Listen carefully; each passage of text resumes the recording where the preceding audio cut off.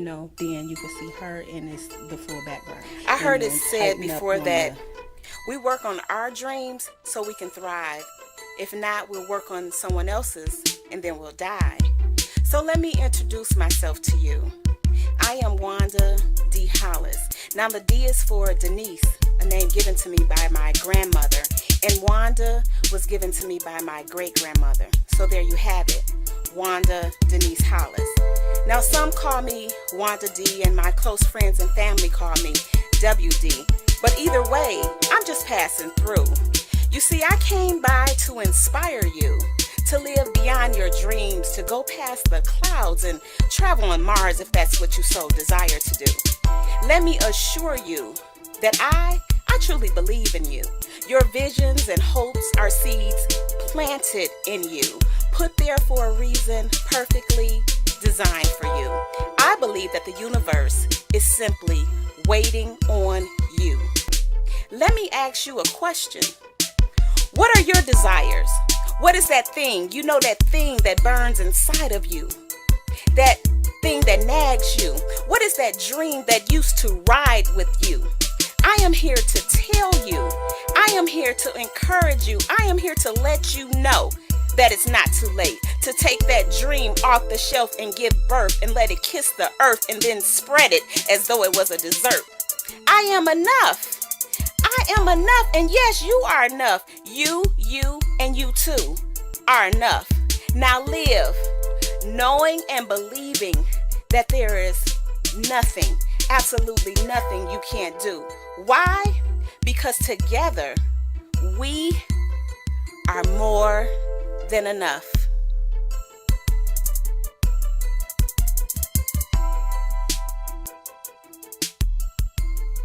Hey. Welcome.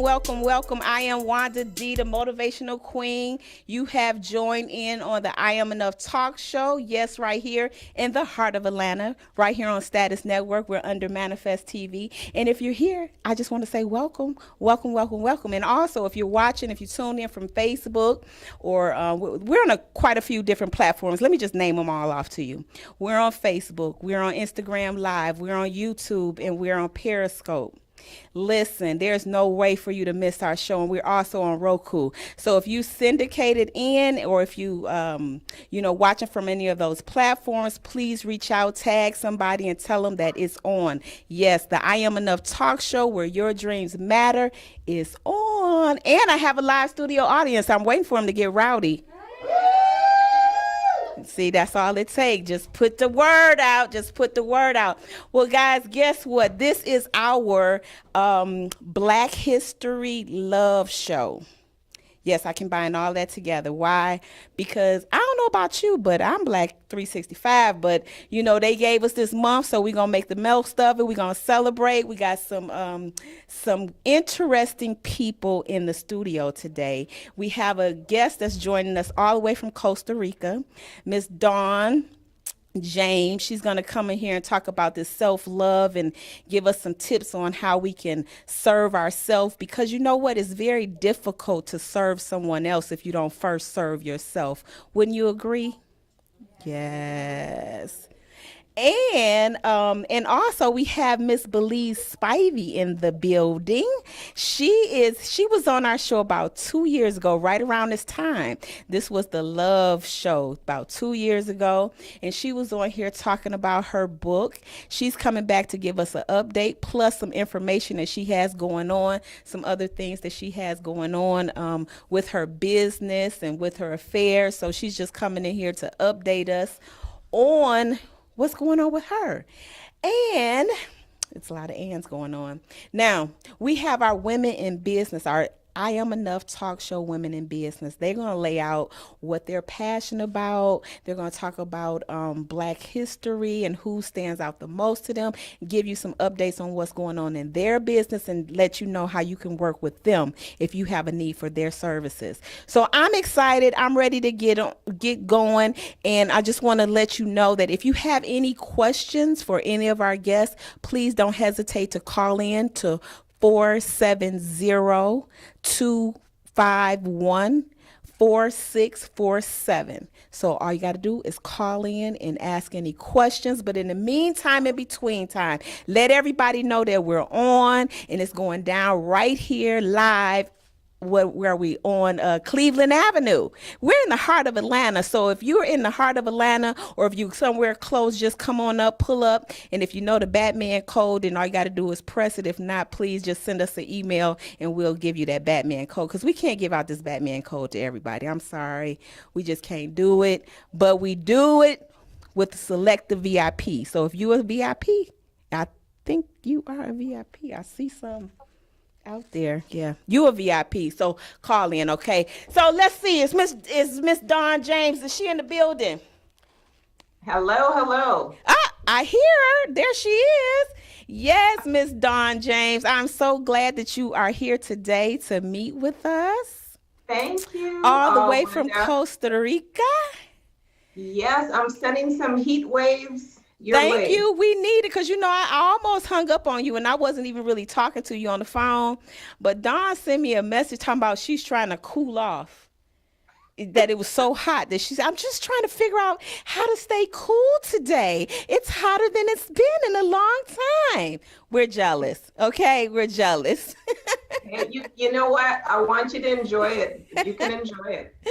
Listen, Dawn, I'm so glad that you're here. And for those of you who don't know her, she is just a fantastic lady. Dawn, give them your website right quick, because I want them to have that up front. Absolutely.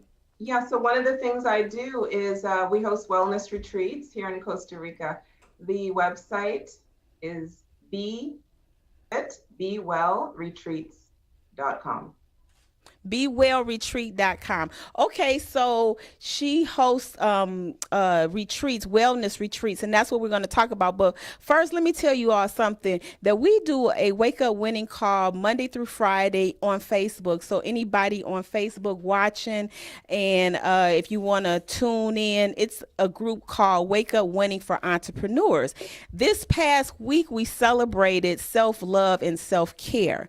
The reason why I did that was because it's kind of hard to focus on your money if you can't get your health right. It's kind of hard to focus on anything outside of you externally if you don't take care of what the inside looks like and what it feels like and these emotions that we go through.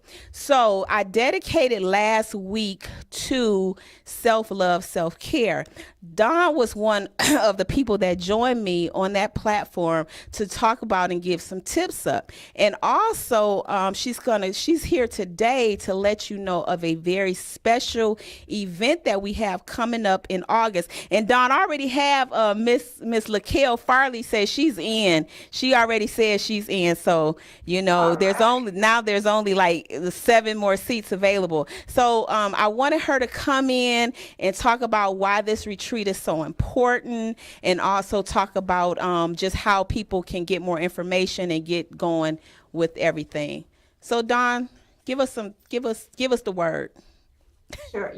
Wanda, it is so vital. Today we are bombarded with technology, distractions, so many more choices than we had even 20 years ago. So I'm holding space for people to take a break, to pause, to breathe, to recenter themselves, and really remember the importance of honoring yourself. Because to me, honoring yourself means so many things, right? Take care of yourself physically, emotionally, mentally, spiritually. And so it's important for us to really step back from the day-to-day distractions and appreciate ourselves. And that's what we're doing in Costa Rica, August 10 to 16. One of the things I like to emphasize, it is very important that we understand our own energy systems. So one of the workshops I'll be teaching people is how to connect. We have 3 major energy systems in our bodies. And, many times we're feeling tired and sluggish, and you don't have the energy to get through the day. And part of that is because we haven't learned how to connect and tap into our own power centers. So that's one of the workshops I'll be teaching in Costa Rica. It's just a fantastic week. We've got the perfect balance of relaxing, healthy movement, sightseeing, pampering, of course. We're going on a chocolate tour. We're going to make chocolate the old-fashioned way, like they did 200 years ago. So we're also going to be reconnecting with nature. And that's a big part of de-stressing. I'll be teaching women how to reduce stress, reduce anxiety, and tune into their own energy and their power center so that they have the energy they need to get through the day. We have a wonderful week planned of excursions, and it's just a gorgeous, gorgeous place. I think for me, the natural beauty of Costa Rica is what makes it so special. So I do hope you'll check out Honoring You Self-Care Retreat, August 10 to 16. The website is BeFitBeWellRetreats.com. Dawn, I got a question. What are those 3 energy cycles that you talk about? Well, we have 3 major power centers in our body, and I'm going to actually teach people how to connect, open, activate them. One is just below the navel. In Eastern culture, it's called the Tantien. And I'm going to show you how to connect to that. That's a very strong energy center. We're going to do some exercises. The second one is the heart. The heart is very powerful. There's a whole science behind heart math and the electromagnetic power of our heart, but we're going to be doing some energetic work with the heart. And the third energy center is our intuition.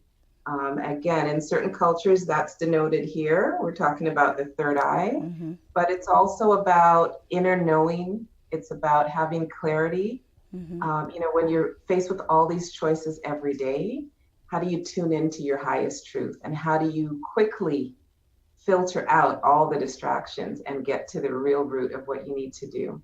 So I'll be teaching quite a few self-care workshops for emotional wellness, physical wellness, spiritual wellness, mental wellness. So it's a full round week. That's amazing. And also, I don't think you heard, I didn't hear one of my best part, and that is that we'll have our chefs on our beck and call. Yes, we have a wonderful cook. We're going to be spoiled. Ladies, no dishes. No dishes. And she basically said, this is what Dawn told me. She said, all you need is to get there. After you've gotten there, that's it. You don't need anything else unless you just want to be out shopping or something like that. But other than that, you just come and you're going to be pampered, taken care of. I heard about how they're going to wrap our body in these coca leaves.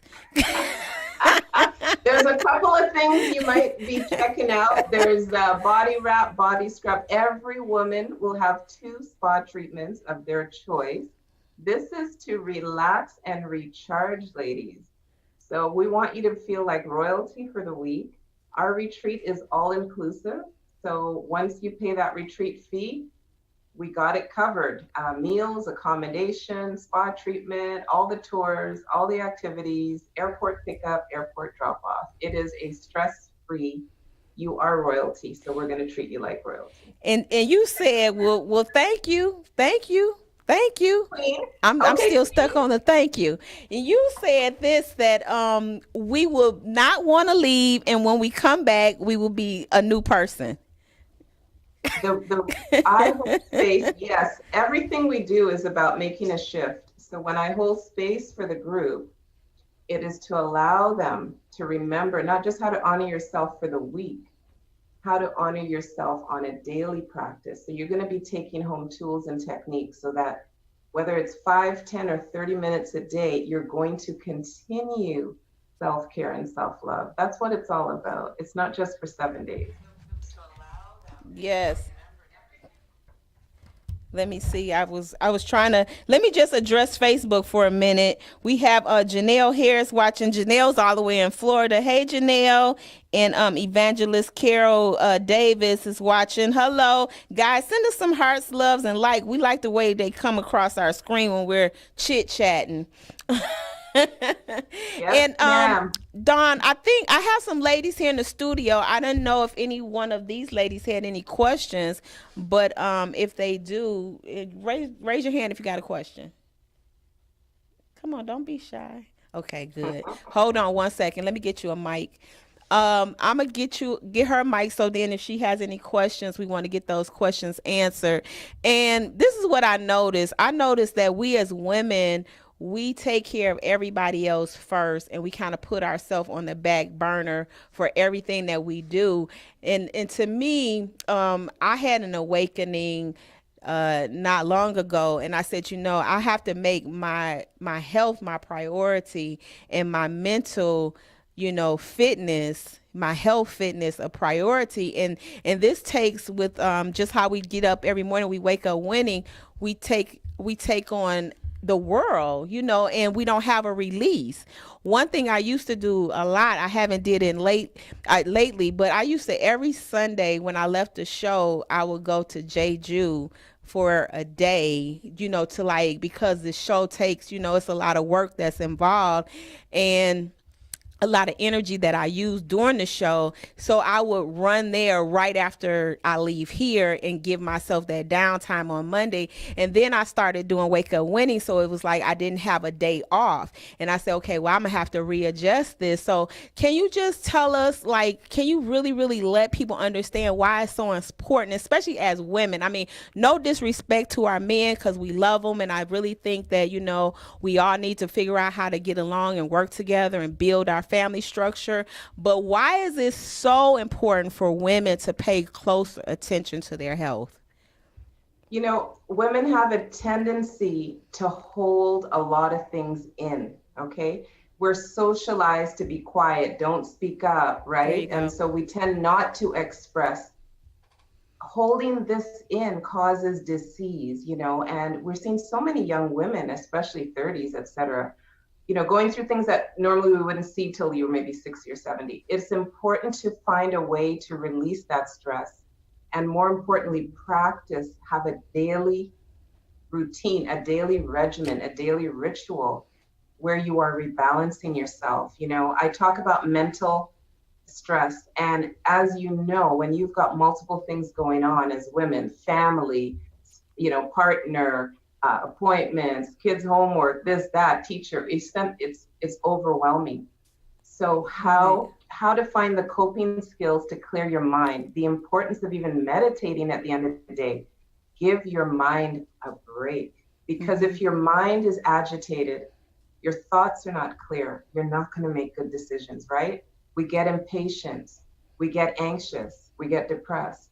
So I'm teaching people how to honor the mind, the body, the energy system, and your spirit, because the whole package is needed. And we have to be able to cope and deal with things in a balanced way so we make better decisions. I keep saying, no drama, Obama. We don't want to continue patterns of behavior that cause us frustration. And it's really all about balancing every part of yourself and having a balanced life. Yes. So it's important. Great. Okay, we have a question for you. Hello, my name is Samantha Fitz, and I recently wrote a book pertaining to overcoming infertility, and I was able to overcome infertility naturally. And so do you address that in your work? Do you find a lot of women come to you trying to overcome infertility naturally?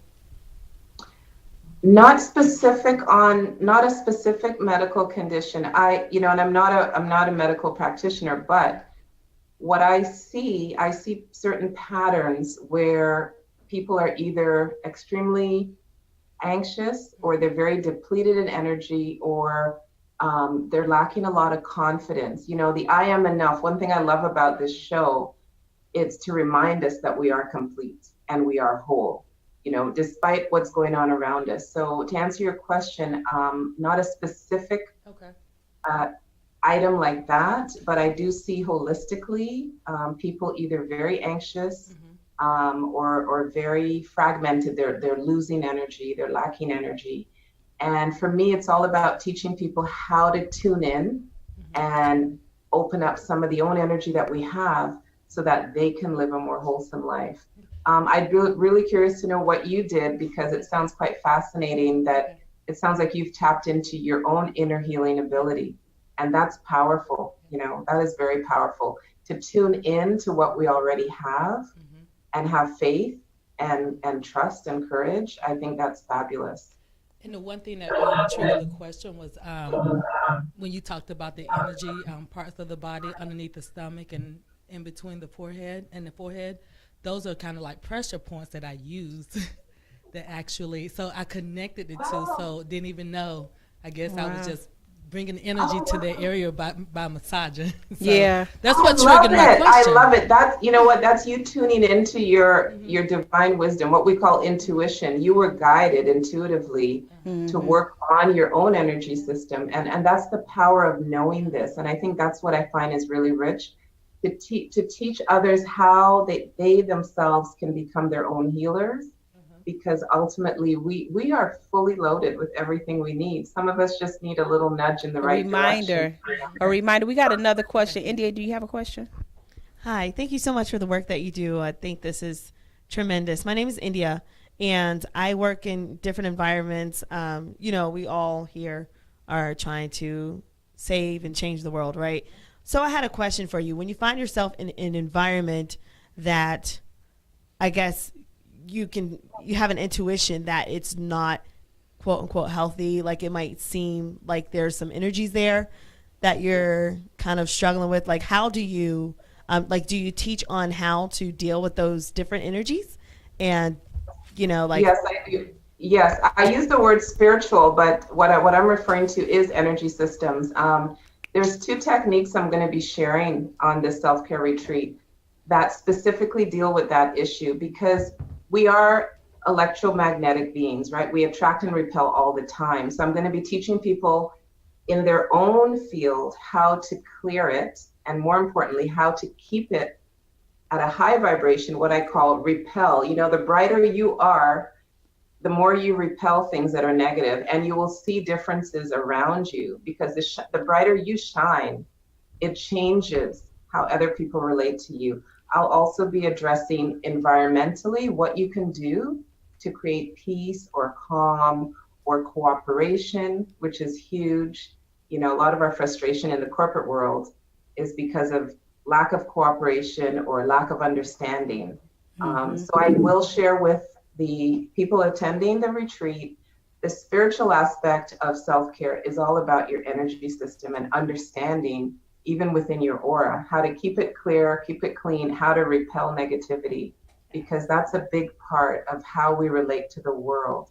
Our aura has a several special functions, and most of us aren't in tune with what that means. So that's going to be part of our workshop as well. That's a great question. Thank you. It is a great question. I think we got one more question. Miss Lakel, she has a question. I'm Lakel Farley. I have one quick question for you. What would you advise women that have completely depleted their gunk? What are some 2 quick steps that you would give to get them motivated back on track? Sorry, they depleted their energy, their motivation to move forward. So if it's an external, to answer your question, there's 2 parts to that. It can be an external issue or an internal issue. Internal. Right? Yes, because those patterns of behavior that I talk about that we need to break, sometimes like workaholism, which I'm a victim of myself, I was guilty of that. Sometimes we get into our own personal patterns and behavior that is causing that depletion. So it's to tune into that. One of the workshops we're going to be doing is inner work. We're going to be doing a little bit of inner work because it's important to really get to the root of some of our tendencies and behaviors. If it's an external issue that's causing depletion of energy, it could be the people you live with, it could be the people you work with. Then the way you get around that is going to have to be looking at your state of mind and how we can change the way we respond to certain things that may be causing us to lose energy. But the bottom line is, once you understand your own energy system and you've also recognized you're depleting your energy, I'm going to share with you some techniques and tools to get that energy back. That's the key. You've got to build yourself up so that you're able to deal with the environment that you're in. And when it comes to the external causes of maybe feeling depleted, it's about your mindset. So again, mental wellness is so important in order for us to change the lens that we look at the world, change the way we interact with others. It has to start in the mind. So internally, it's getting back your energy, which I'll be sharing with you some techniques. And externally, it's going to have to be changing your mindset or shifting the way you respond to other people. You know, I often say if people around you are not building you up, they're tearing you down, it's time to look the other way. It's time to let them go. Yeah, let them go. If you cannot leave that situation, then you're going to have to shift your mindset and also, you know, associate in other circles that are not Right. so there's things you can do. Dawn, do me a favor and give us the website again. And if anybody's watching on Facebook, can you please just type it in to Facebook as well? Give us that website again. So the self-care retreat is at the letter B, FIT, the letter B, WELL, retreats.com. BeFitBeWellRetreats.com, and you'll have all the information there. It's all inclusive, August 10th to 16th. Look forward to seeing you. It is self-care, soul care, mind care, everything in between. And it's a fabulous week of relaxation, connecting with nature. We're going to be doing some pampering and definitely checking out the beautiful Pacific coast in Costa Rica. I appreciate you, Dawn. And also, I just want to let everybody know that it is only 8 slots available for the entire retreat because she only takes down very small groups. So I'm just saying that I know I'm going, and I know a couple people have expressed that they're going. If we can go down there, and we were talking about hula hooping last on Friday, you know, and it's like, so Dawn said, okay, well, we're going to do some hula hooping. So it's like, we're just going to have fun because I think it's time for us to really put ourselves first. And I like to thank you, Dawn, for helping us do that. And you all, please connect with her on Facebook. Go to her website, check it out. She does a lot of amazing work. But for right now, today, I just want to say thank you so much. I admire you and I respect you for everything that you're doing. Dawn has a lot of information, guys. Is that your regular website? The Be Fit? No, the best way to get to me, including the retreats, is through my name, dawnjames.ca. That's the easiest way to Okay, so get y'all to me. got that. Just reach out to her, and she has tons of information. So I look forward to seeing you this week on the see, I have too many things going on in my mind. On the Wake Up Winning. Thank you, Net. I look forward to seeing you this week on the Wake Up Winning because we're going to be giving them more tips, more information. Plus, she's going to be walking us on the beaches of the Pacific. Are we on the Pacific? Pacific Ocean. That's where I hang out. Pacific Wanda. Ocean. So yeah, we're going to do some sunsets this week. So I know y'all going to appreciate that. So thank you, Dawn. You, Wanda. Big love, big hugs to you. Queen. I accept it. It's a royal week. Mwah. Thanks so much. Thank you. So, guys, I just want to say that, we have to really, really take advantage when opportunities come up and I would say in a small circle like this one, wouldn't you rather hang out with some people that you like, on any of your trips? I mean, like, really. So I'm excited about it, because it's gonna be different. I don't expect to leave and come back the same. Anytime we walk into places, we should expect to go in there to have a great experience. We're going to take a quick break. Coming back is going to be Misbelief, Spivey. She's going to talk about her book. Y'all going to have a chance to chit chat with our amazing other co-authors and co-hosts. I mean, we have a packed house. Some of these people have snuck in here. I don't know how they got in, but I'm glad to see them. And I can't wait for you all to stick stick with us. While we come back, we're going to take a quick short break. And when we come back, we're going to bring up Misbelief Spivey. Thanks.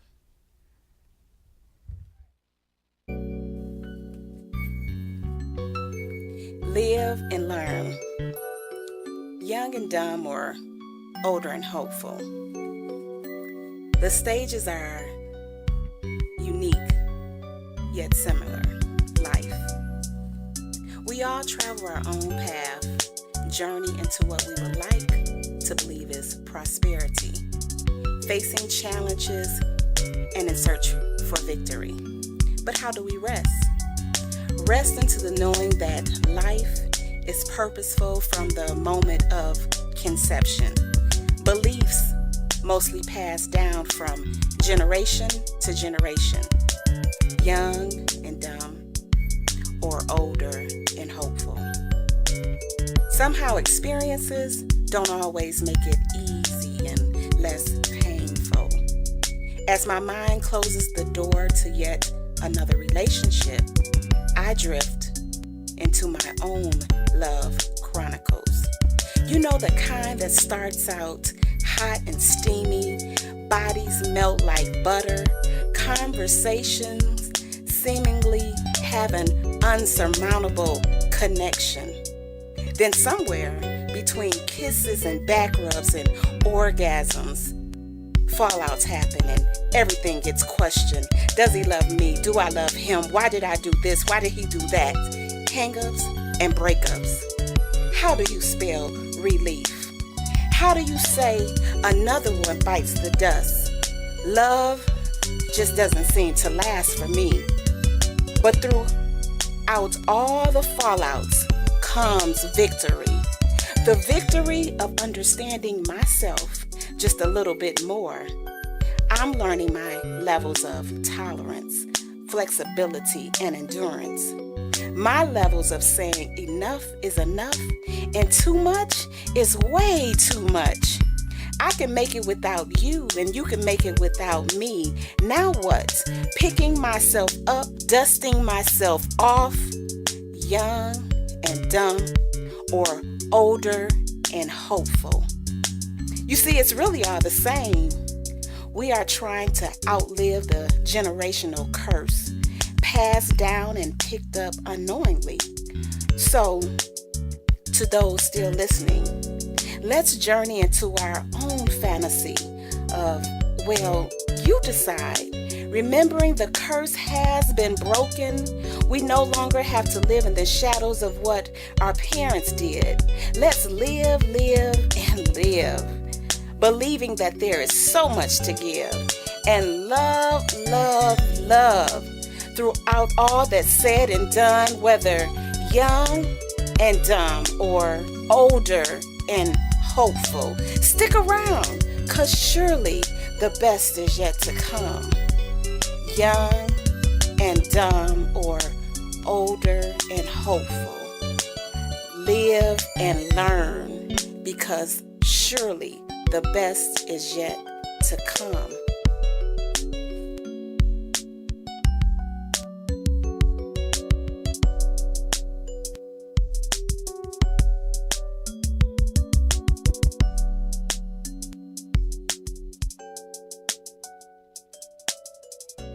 Hey, it's me. I'm back. Y'all like the way I say that? They don't know how to take me. They will figure it out, though. I am back. I'm Wanda D, the motivational queen. Yes, and this is the I Am Enough talk show where your dreams matter. And we just had Dawn on. She was giving us some amazing information. Guys, please follow her, like her, and connect with her, because she is she's true to what she does. That's all I can say. And joining me is this lovely lady. I met her about 2 years ago. It's been over 2 years ago. Mm-hmm. And it was funny because she sent me a video the other day. Was it last week or sometimes. She sent me a video of a testimony of her coming on to the, our meeting. And I was blown away. I cried. I was like, oh my God. You cried. I did cry. That's how you old when they call you Miss Wanda. When you're trying to do what the young kids do, and then they be referring to you as Miss Wanda, you be like, oh my God, Miss Wanda, yes. Let me take my fan out because I am getting hot up in here. Listen here. I was so overwhelmed because this is what happened, and I'm just gonna give y'all a quick story. I met this young lady. This is Belize Spivey. Her book has another last name, but we're gonna talk about that too. Oh yeah. But this is Belize. I can take my glasses off. Now listen here, y'all. Y'all already know how I am. I have to put my glasses on when I gotta read. I gotta take my glasses off when I want to see. It's a difference. So I want to look at you. So about over 2 years ago, I was scrolling through Instagram, and she was on Instagram, and she was talking, and she was just so passionate about what she was talking about. And she was talking about overcoming herpes and the awareness and the stigmas of it. And she was just so passionate, and I was just watching her. Now, see, because for some of you that may or may not know, I've been in this space of media for over 10 years. And my passions are to connect with other people that are passionate about what they do. So she impressed me because she was just all in, and she was like, just giving it all she got. Like I said, give it all you got. She was giving it all she got. So I reached out to her and I said, listen, I would love to have you on my show. We inboxed back and forth, and she was doing, and another thing is she does a lot of work on YouTube. And at the time, I still haven't caught up to YouTube the way I want to. And I was saying, man, I want to learn how, I want to get active on YouTube. And she was like, Miss Wanda, she always been calling me Miss Wanda. Miss Wanda, you just got to do it. I said, well, I know that. It's like all of the secrets, right? But you're just like, oh, my God, I got to do it. So anyway, she came onto the show. Now, I had a show 2 years ago that was right around this time because it was Valentine's Day. It was the first Sunday in February. And we were talking about love because it was our love show. February was our love show. / Black History. And the reason why that stood out so much is because it's the game also. Y'all know that the first Sunday in February is always the Super Bowl game. So I'm competing with the Super Bowl. But it didn't matter because our studio was packed and it was the Super Bowl. It was good. So she was on there with a lot of other people. Matter of fact, April was on there. You all met April last month. She was a part of that meeting.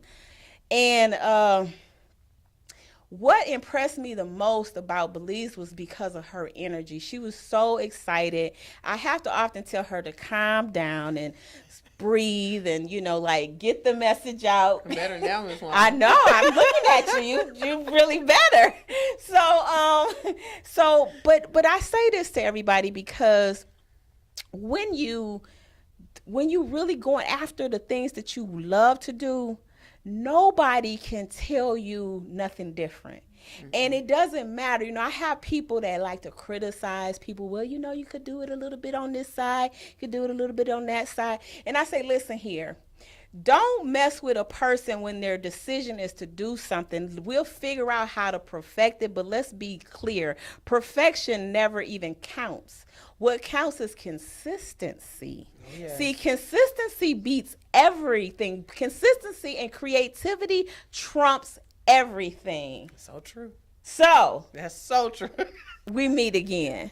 Once again. And so she called me up and she said, Miss Wanda, it was placed on my heart. You want to tell the story? Okay, so you tell the story. In the beginning of the year, I just felt like it's certain people you need to serve. Miss Wanda go all her way. Anybody in this room know Miss Wanda. She go out her way for everybody. I don't remember the story of how she reached out to her. All I knew Miss Wanda was tight after that. She said, if you meet me, we together forever.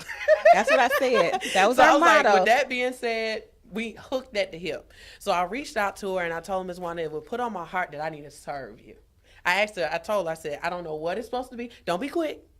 Think about it and let me know. It took her like 2 weeks to come back. And when she came back, she was still like, well, I'm not quite sure because I got so much going on. But she finally let me start to serve her. And it's been an honor so far to serve Miss Wanda. Thank you. Thank you. You know, you can't possibly know how that makes you feel when somebody calls you, because I hadn't talked to her in like what, over a year. It was over a year. So much Right, happened in that time frame. so much had happening with her and with myself. You know, a lot of you knew that I had went through a lot of personal challenges with my family, and she was going through challenges with her family and with her situations. And what she said to me, what rung out the most, is when you said to me, is no matter what I was going through, you still, every time you would call and check on me, because I still called her. I called her and said, hey, you all right over there? I sent her a message or something like that. She said, so even though you were going through what you were going through, you still took the time out. Well, see, and this is what I know about us as people. These are all choices that we make. We can choose to stay in contact with people, or we can choose not to. That's it. True. It's just real simple. And a lot of times when we're faced with different challenges, we think that it's a reset, or we have to just stop doing something, but really it's the reason why you should push past it. So let's talk about this book and what gave you give us the title of the book. Mm-hmm. And then I'm asking you, and Ned, do me a favor, keep Belize event up, because that's why she's on today, to talk about this event. So. All right. So my book is Overcoming What Can't Be Cured, Living Beyond Herpes. This book been out since 2016. And when I decided to write the book, I had been living with herpes for 7 years then. As we know, number of completion. So to me, that was significant. God said, okay, it's time. No more playing, no more dragging, no more being stuck. I said this to my group today. I said, stuck is not a lifestyle. And as women, we can get so stuck. And I was stuck for 7 years. Yes, I was dating. Yes, I was having sex. Yes, I was doing all that. But I was still mentally and spiritually stuck. So when it gets to this point where he was like, it's time for you to write this book. It's time for you to simply tell your story. I didn't see any African-American women telling a story. I'm not even going to tell no story. I didn't see it. And I was like, I'm not saying that I have to connect with me, but I need to connect with me. Right. You know, as much as we was like, no, I can connect. No, I needed to connect with me. I was like, I need you to understand what I go through every day. I want you to understand what I deal with my family, my struggles, all of that. I need you to understand it. So the moment you understand, I know I can get through it. Right. You know, so when I did that, I wrote the book. The book wasn't easy. If anybody wrote a book, Miss Wanda walked too. It's not, and more coming. So it's not easy. But I wrote the book. It came out, and everything just took off. It absolutely took off. And Miss Wanda was the first one who let me get on her show and talk about the book. And I was like, I'm so excited. I get to go on a talk show. This is just the beginning. So I was so pumped about talking about it, because I knew it was some other women who needed the book. And after that, things took off. Miss Wanda was my first time getting on the show. And shortly after that, you start this year, boom, boom. Boom, and now boom. You're doing this tour. Yes, I'm doing this tour, which I'm so excited. I think I told you I wanted to do a tour with my book. And this timing is perfect. At this point, like she was telling us early, alignment. I was at a place where I had to shift. I had to let people go. When I wrote this book, I was married. I ended up having to get a divorce. And after I divorced, my life skyrocketed. They ain't for everybody to take. Everybody ain't supposed to get divorced. I'm going to say that now. So please don't think just because your life ain't going like you want it, that ain't it. Cause for a divorce. But because some things happen as you were, first of all, like she talked about in the book, how, you know, and you got the herpes in college, right? Yes, I did. I was a sophomore. And you didn't know, and like I was watching you the other day, and you was talking about, you know, forgiveness. And so do you think that at the time when you wrote the book, do you think that you had still held on to some unforgiveness? What? Yes. Yeah. Yes. I didn't know. Sometimes you think you're over stuff, but over time you realize you're not. When I wrote the book, I knew I was writing the book just to tell the story. Mm-hmm. But you weren't I wasn't healed. I wasn't healed, because clearly when I wrote the part about my husband, I didn't feel all of that. You know, I didn't feel everything I felt. But at the end of the day, it was just to tell the story. And over the years, since you don't know me, I have grown so much. I have healed so much. There's still areas that I'm healing in. But sometimes we think it's just a one-stop shop for healing. No, it's a constant thing, because sometimes you don't realize things are there. Right. What I love about your platform, and this is for anybody, tell them how to get connected with you right now on your platform? All right, to get connected to me, the best way is social media. I'm a social media junkie. She has it going on. So Facebook is great, Belize Spivey. Instagram, Belize.Spivey. And you connect there. Also, YouTube. I have 213 videos pertaining to herpes. You get everything you need. You don't pretty much need to go nowhere else after that. But I'll tell you whatever you need. And you just go on YouTube, Belize Spivey.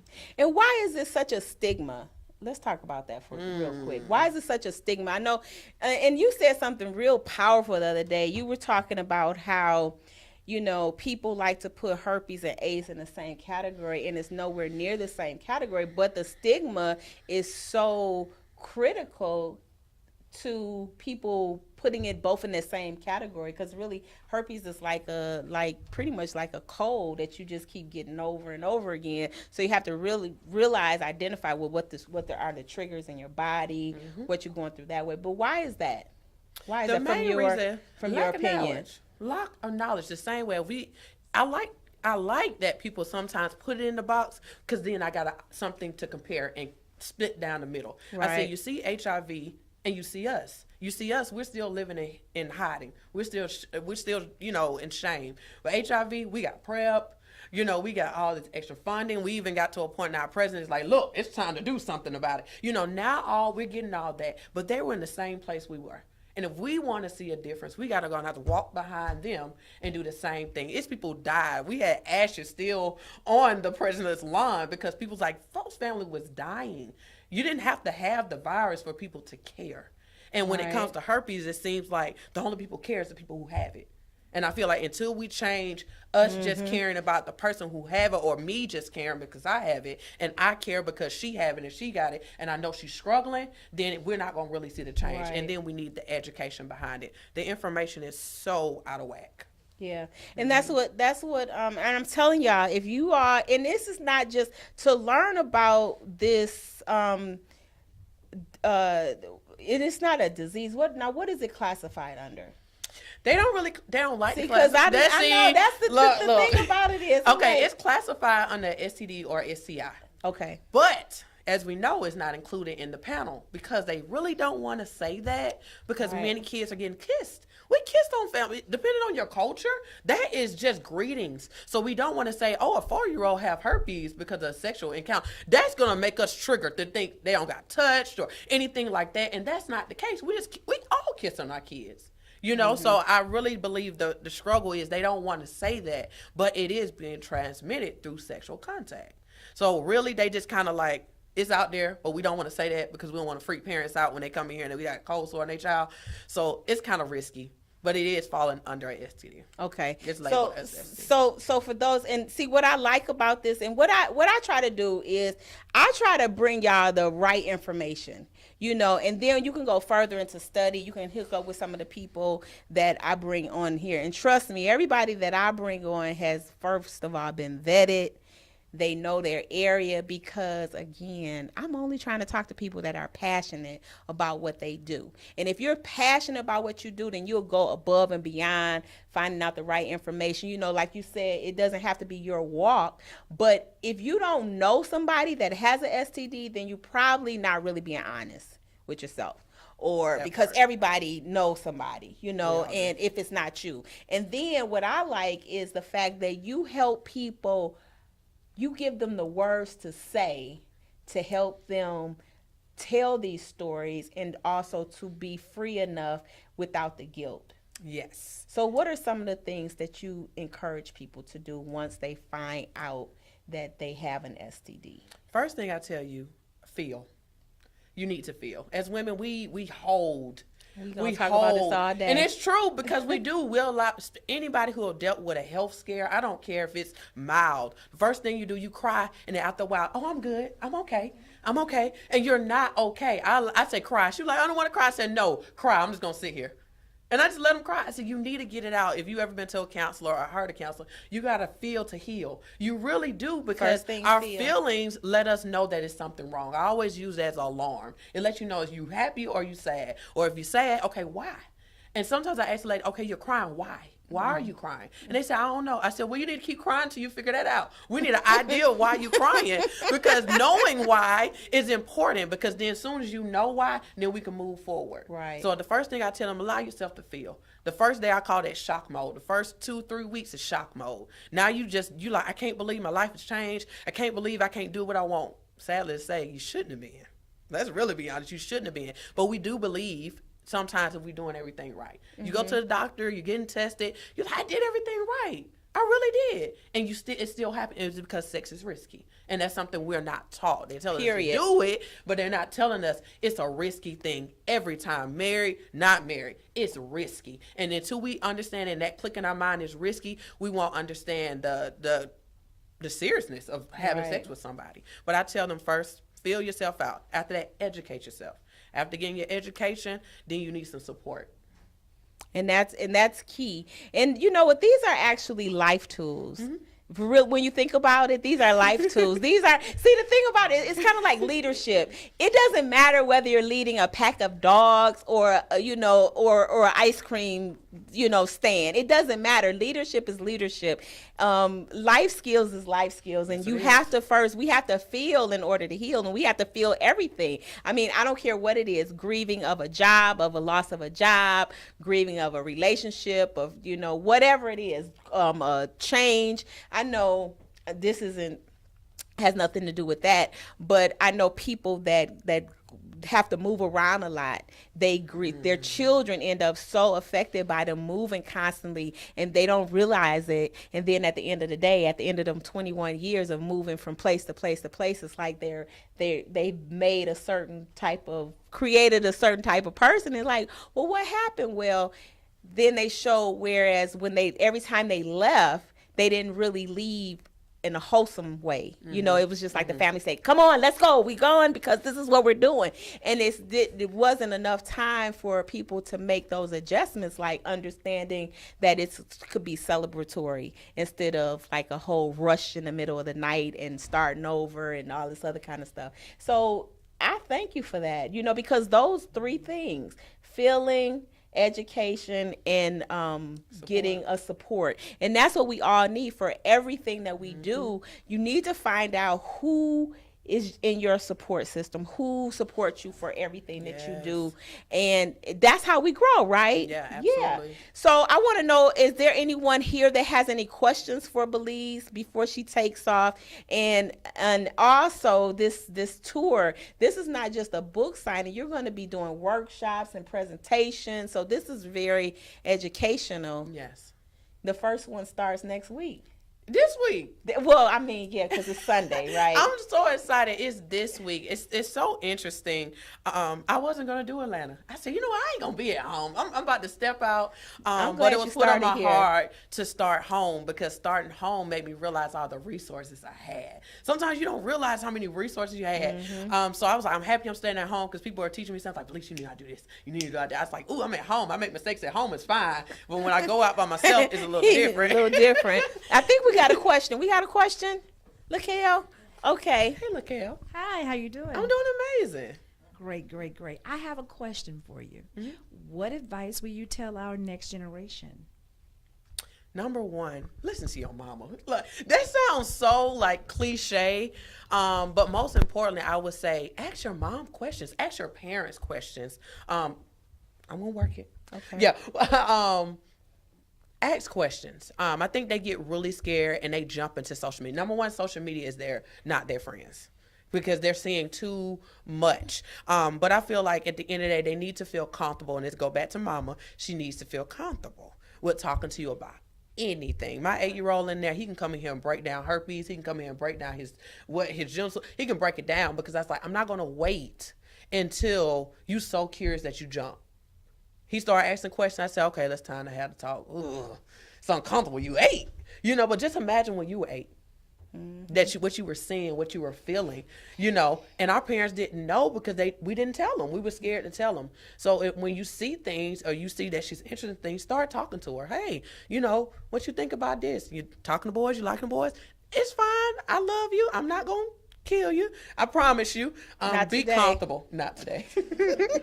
But no, I just, most importantly for this youth now, and since I'm kind of still there, they want to feel like they matter and they voice matter. So sometimes as parents, which I'm learning now, is to step back and let them talk.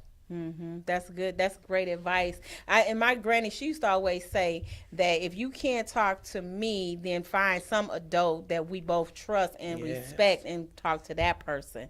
So it's always, sometimes, it's just a little bit uncomfortable to talk to mama, but mama might have a best friend that, like the favorite auntie, and talking to the favorite auntie is good, just as long as, I did that. Yeah, That's you how talked I to the told my favorite mom, auntie. best friend, close friend at the time I was pregnant. I said, okay, what's she going to say? She's like, she going to flip. But at the end of the day, it helped me. So when I went to tell her, I already kind of knew what was going to happen. So most importantly, making sure she have people around, or you have people around that she can trust and she builds a relationship with. Yeah. Any other questions? I She knew you needs had a a mic. question. She needs a mic. I knew she had a question. Hey, I just want to say thank you. I commend you for what you do. I pray God's blessings on you. Thank you. And how soon do you start having these conversations? Because, I'm in the world of education, and, our kids are out there having fun. So how soon do you, break open those conversations about dating and risks, or, not, courting.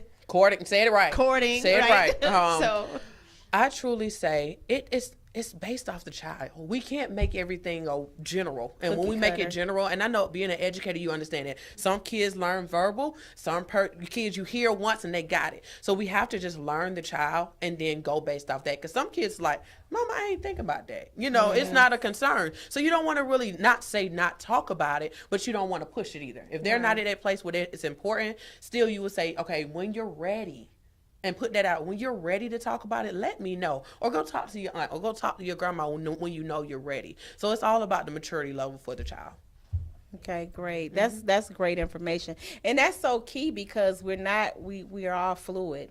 Different people do different things at different times, and that's the worst thing we do. We all fighting the education system now that try to put all the kids in the same thing and pull them all out at the same time, and miss so many valuable points of educating, and we just kind of get caught up with this whole it's a tightrope, but that's why we have platforms like this, and we have literally at our disposal now. We're more advanced with the information that you can seek out here.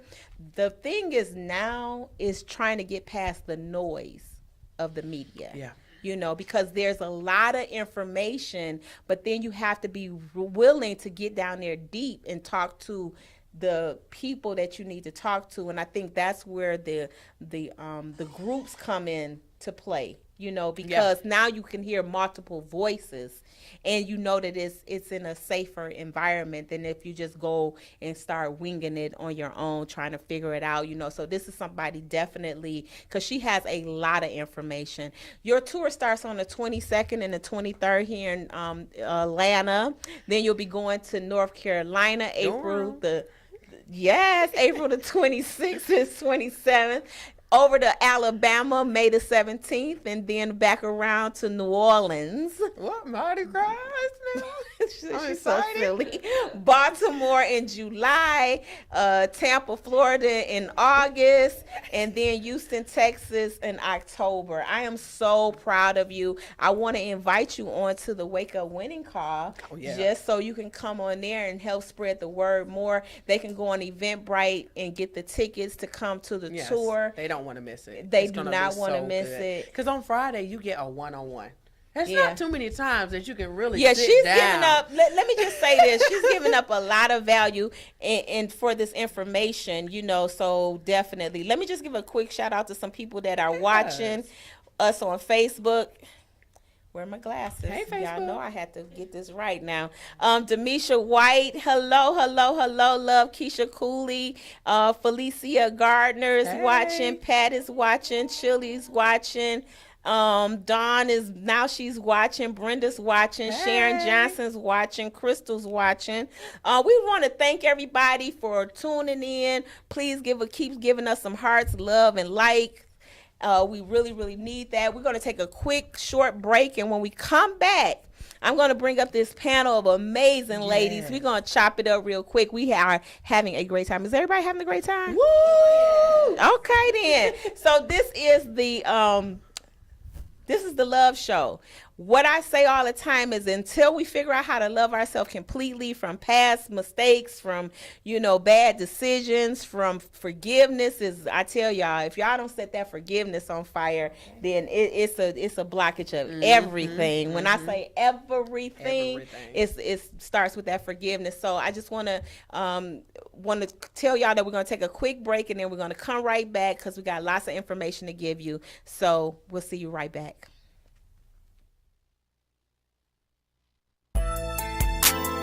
Loveless.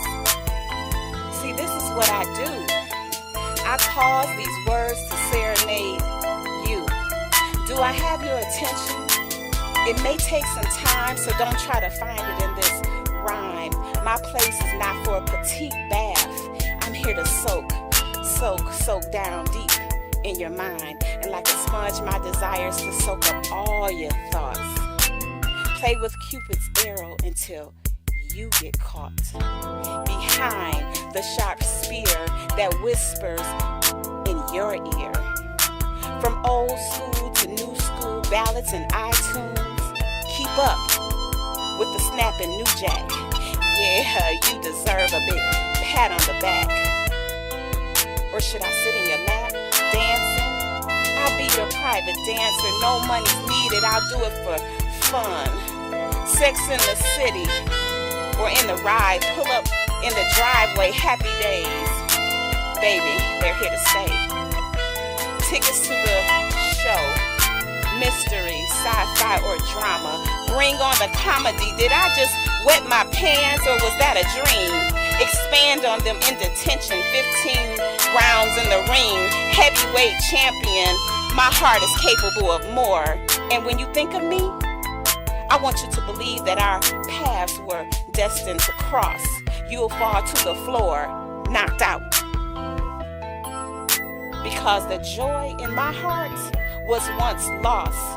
The writings on the wall, was all that surgery necessary to get into MySpace, Facebook, or on my channel?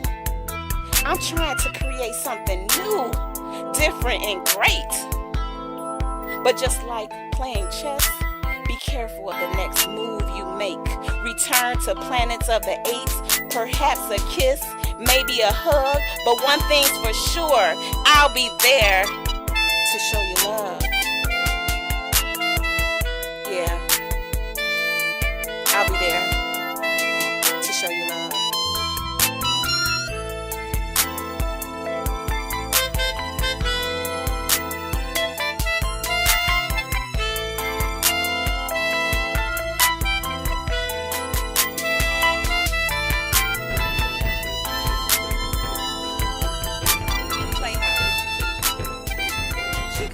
Shocked. Hey, how did you get into my playhouse? I thought I took away your key and changed the locks. Now look at you, rummaging all through my thoughts. Are you serious? Redecorating my space? Removing my success picture and it's my time clock from the wall? Where did you put my journal? I know I left it over there. And what about the novel I'm working on? It was right beside the fridge. Next to that, I Am Enough poem. How did you get into my playhouse? The last I saw you, you were at the House of Doubt. Had them all convinced that watching TV made a whole lot of sense. Even had a schedule and a timer set. And a bet with your 3 cousins, procrastinator, fear, and disbeliever, that we all would conceive. I ran out of there quick. So how did you get into my playhouse? How did you make it past Isaiah 54:17? No weapon is formed against thee shall prosper, and every tongue that rises against thee in judgment thou shalt condemn. This is the heritage of the servant of the Lord, and their righteousness, and of me, saith the Lord. And Lord, I do accept, amen. And what happened? Was my guard down? Did I sleep too sound, or did you float into my window when I was listening to my Kindle and hearing my inspirational sounds? I thought my vision board and my daily declarations and my positive self-talk had you blocked. Again, I asked, how did you make it into my playhouse? I counted on my like-minded friends, accountability coaches, and my righteous spiritual leaders to keep you out. And lastly, I depended on mentors and role models and, of course, my dream-making buddies to fill my plate. But somehow, you still managed to bounce into my playhouse. You took a seat as if you were invited. Oh no, I think not. I think it's time for you to go. And make sure you take all your friends, poverty, sickness, bitterness, and confusion. And don't forget lazy conformity and the oldest self-doubter. And did I mention procrastinator, people pleaser, and non-believer? Get them up out of here right now. It's time for them to go. And this time, I'm using security. Matthew 19:26. Jesus looked at them and said, with man, this is impossible, but with God, all things are possible. So don't even think about returning to my playhouse. Turning to my playhouse.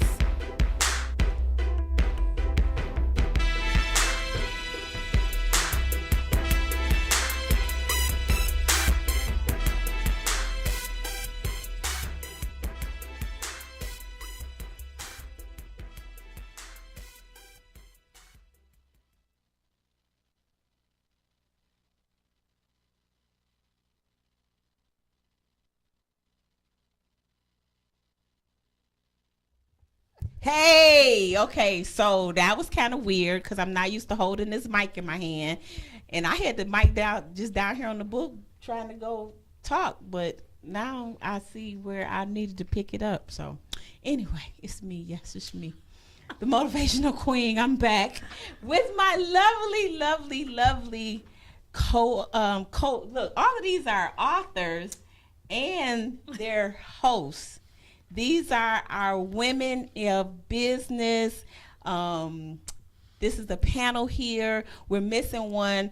Peace, blessing, love, and light out to Miss Tiasha. She was a little under the weather tonight. So y'all send Tiasha a kiss right quick. Mwah. All right. So she got that. So I'm so glad to see y'all. Y'all looking good.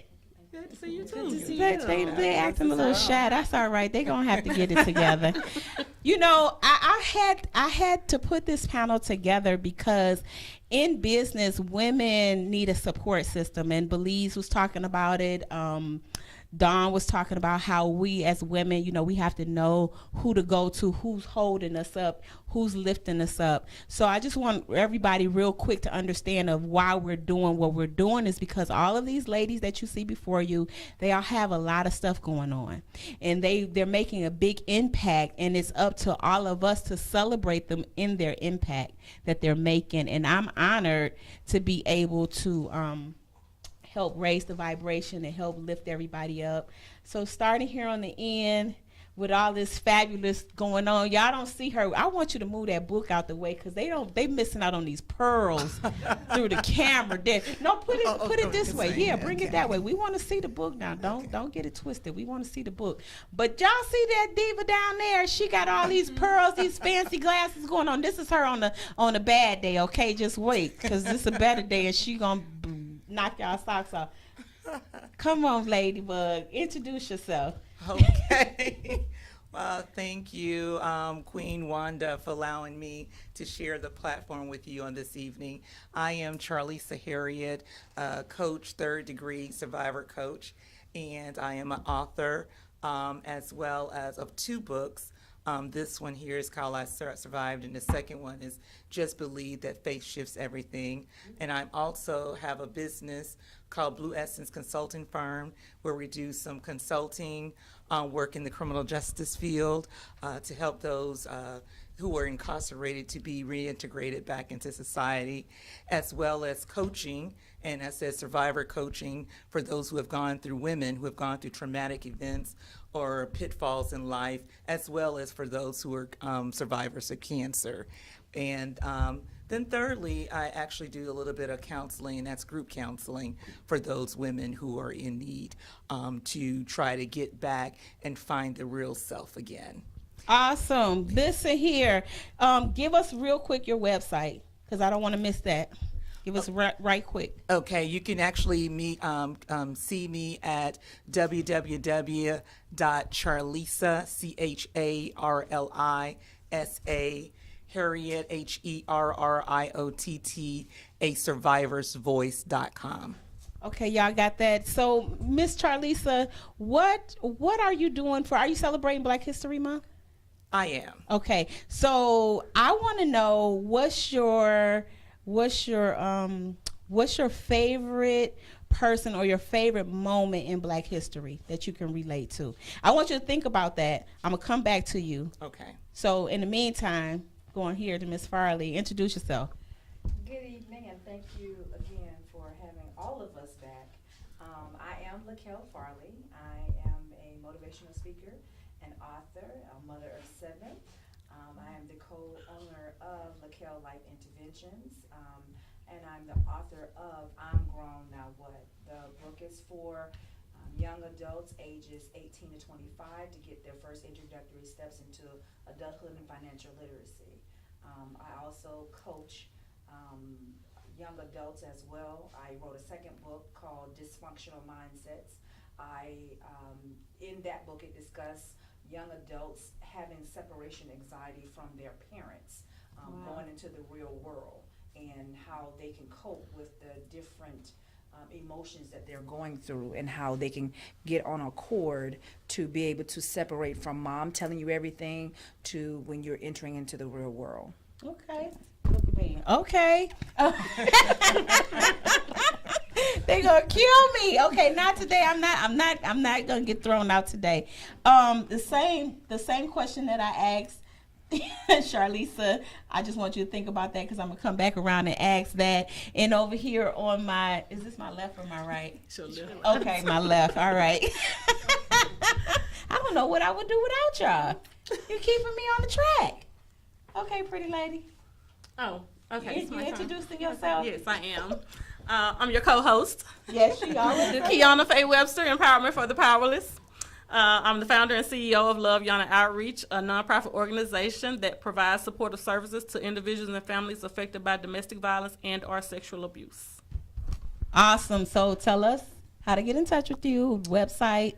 My website is www.loveyuna.org.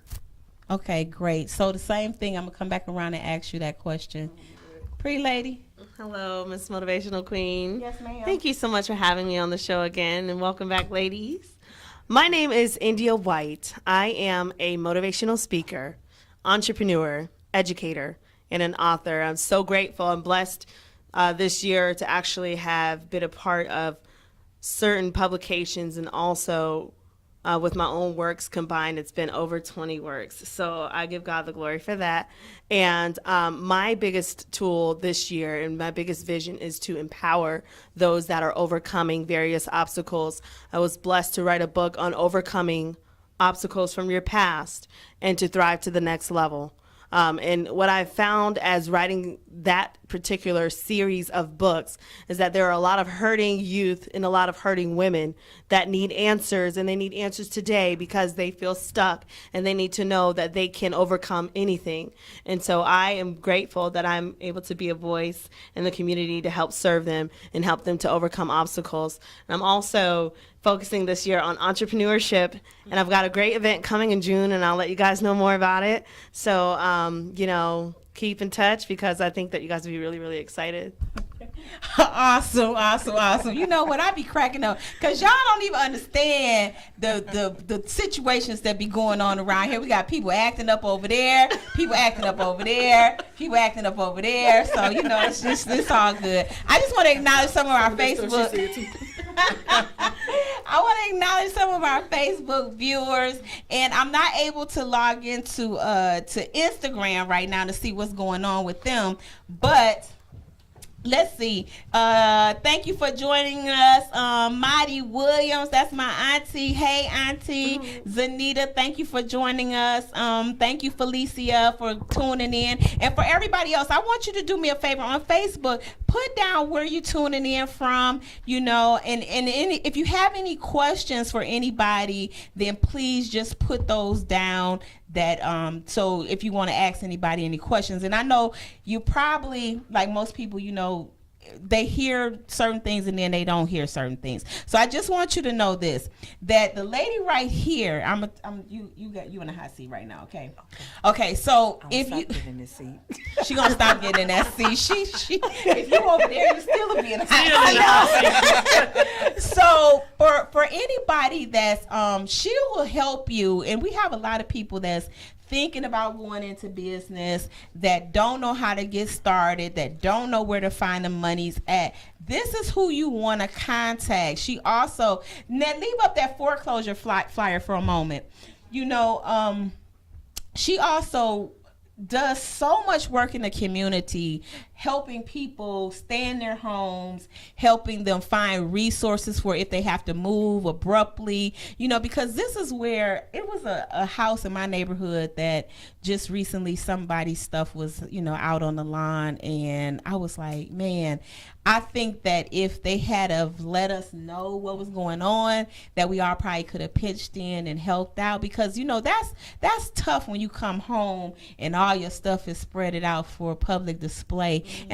And I think, I don't know, Lakel, help me out. Do they have to just sit people's stuff out? Couldn't they just padlock the house up? And I think some laws need to be changed. I agree. The laws need to be changed, and we're the one that make the difference in those, making those fresh laws. But unfortunately, that's how it works. That's how it is now. Once your home is foreclosed, the new management company will come in and pursue going to court with you to have you evicted out your own home. And then upon you going to court, the court is only going to give you a couple of days. You have some other avenues you can go to get legal advice in regards to how you can stay in your home a little bit longer. But inevitably, you will be forced to leave. Yeah. So that, and you hit something on the nail, on a hit. What is that? The nail on the head. What did you say? The nail on the head. Okay, say it again. The nail on the head. Okay, the nail on the head was when we have to make changes. Mm-hmm.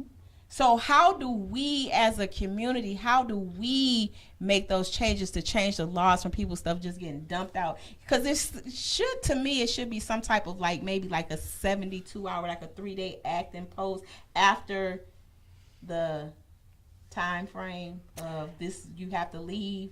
Because I know people can leave court and say, you got to go home and get out of there. Well, normally the courts will give you about 7 to 10 days. It just depends on the judge, on how he's feeling that day.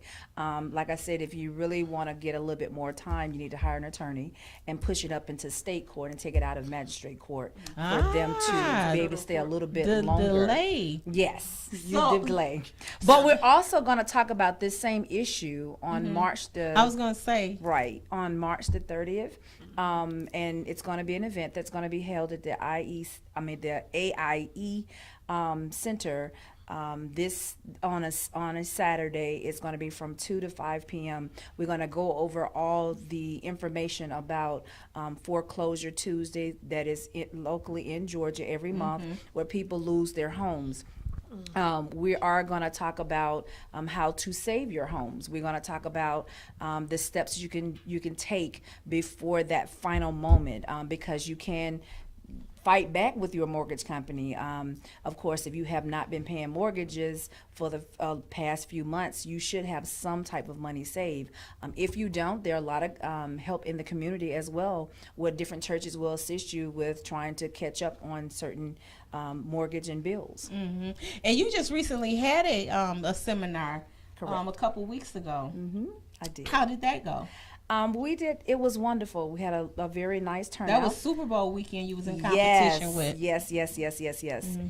It was very, very huge. It was a lot of people that came out, wanted to know a lot of information about it, and we actually saved 5 people home that weekend. Okay. So I'm very excited about that. Good. That they get to stay in their home, and hopefully they will get into a modification that will keep them further in their home. Because again, when we stop their homes, the mortgage company can come back in a couple of weeks later and say, well, we didn't agree to the terms and what you're trying to do. And like I said, a lot of times when you bump it up and go into a different arena, which means you hire attorneys and you go into court, a lot of times that'll give you the necessary steps to be able to fight your mortgage company. Like a lot of people don't realize that you can do a restraining order, a TPO, against your mortgage companies. Did y'all know that? Yes. So again, come out March the 30th, 2019. The flyer is up with all the details and information. You can reach Kipling Real Estate, and we'll be more than happy to assist you with any questions you might have. Well, Lakel, I really appreciate that and what you're doing. Had you given any thought to who's your iconic Black history female or just person in general? The person I like is Cicely Tyson. Cicely Tyson. She is amazing. Yes. She's amazing. What was your first experience with Cicely? I watched her on several movies, but I like the fact that what she tries to do for the community and what she tries to give back to people and motivate them to do different things with her actions. Even now that you look at her and she's getting a lot older, she's always trying to motivate. Beautiful. Yes, She's always. so beautiful. So, yeah. Yeah, and that's key because Cicely grew up in that area of like civil rights. So most of those people from that era, they have like a really, really hardcore spirit for justice and for just getting, because during that time, even in the industry of entertainment, it wasn't so much to be an entertainer. It was more or less so that platform could be educating people about, what was going on. So she's one that stands out to me. And in that same arena, I think, who was the couple? Ruby D and her husband. Like they all were like right there in that era. Right? I see you shaking your head, so you want to say something. Oh, no, I'm agreeing. Oh, well, I got a question for you then.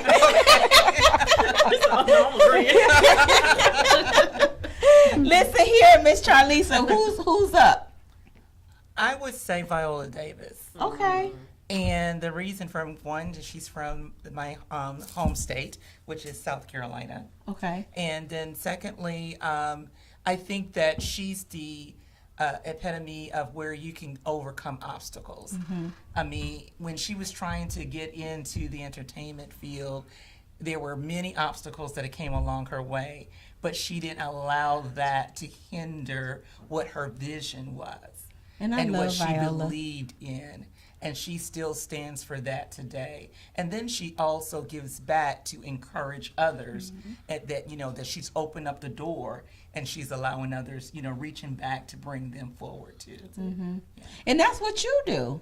That's what I do. Yes. Yeah. And it's something how we're going to admire. We probably, our heart will probably go out to the people that we really resonate with the most and what we do.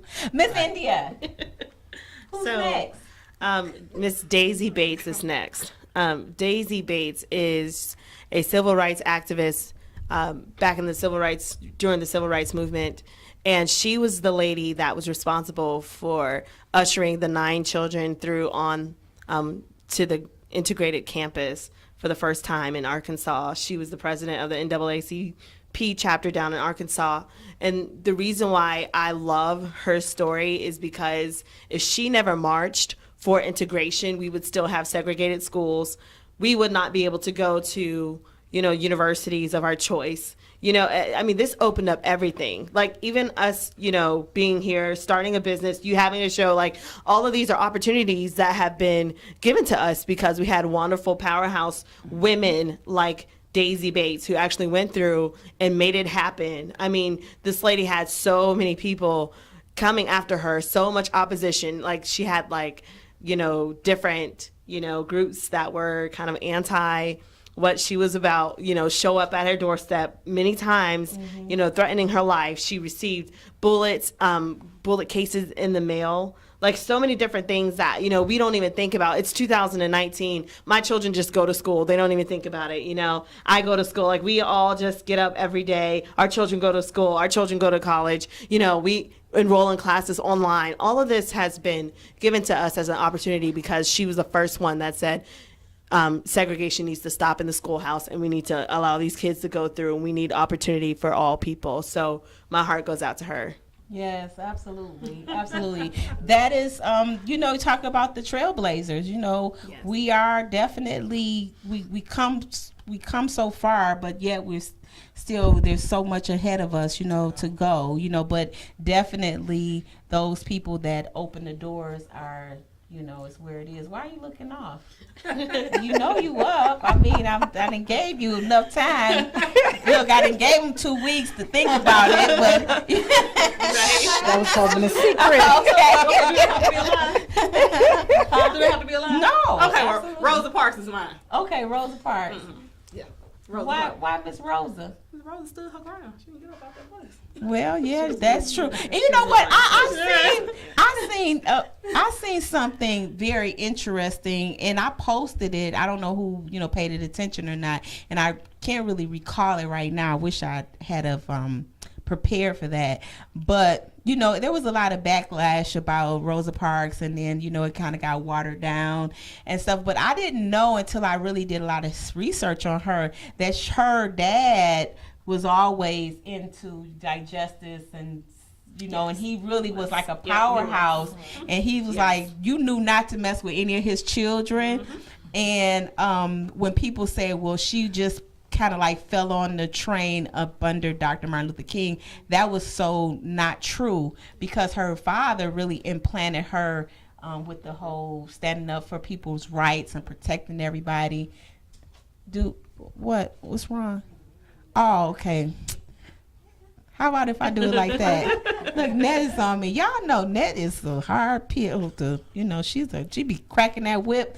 Net, I'm trying to do better. You got me on this cordless mic. I don't normally be, okay, all right. So anyway, she say she ain't having it. So that's a beautiful person to, to be considered, and there's so many people. I'm gonna throw this question out. I'm gonna let my brain pick a person, because I'm not gonna ask it to everybody. But and first, let me go to Facebook. Give y'all time to take a deep breath here. So Yulon is watching. She says she's watching from Charleston, South Carolina. Thank you so much. Miss Williams says, very interesting. Keep up the good work. Tari Taylor is watching from Michigan. So that's all I see new, but we going right along. And guys, please like and invite. Share this information to somebody and tell them to tune in.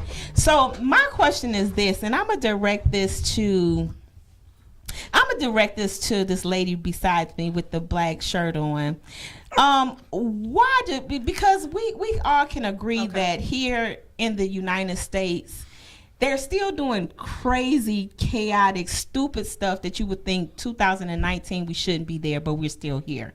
We just had this whole thing about Gucci, and then TJ Maxx did something else. They created a shirt with a noose on it.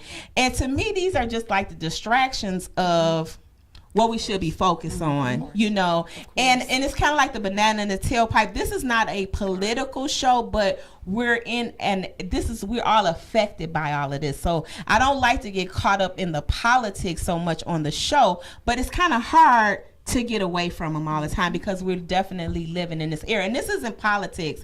This is just the perception and the mindset of people. So, Miss I'm probably the wrong one to ask what you about to ask. No, Miss Webster. I can ask you, and if you can't, what, we'll play a game. If you don't want to answer, then you could pick somebody, and they have to answer it. Okay. Okay. Does that sound like a good game? Let's do it. I like it. So, because you're called on first, but if you don't want to answer, then you can hand it off, and y'all got to jump on it with the answer. So I want to know. She already know who I'm gonna pick too. Why do you think there's so much hatred towards black people? Charlisa. Wow. Why is there so much hatred towards?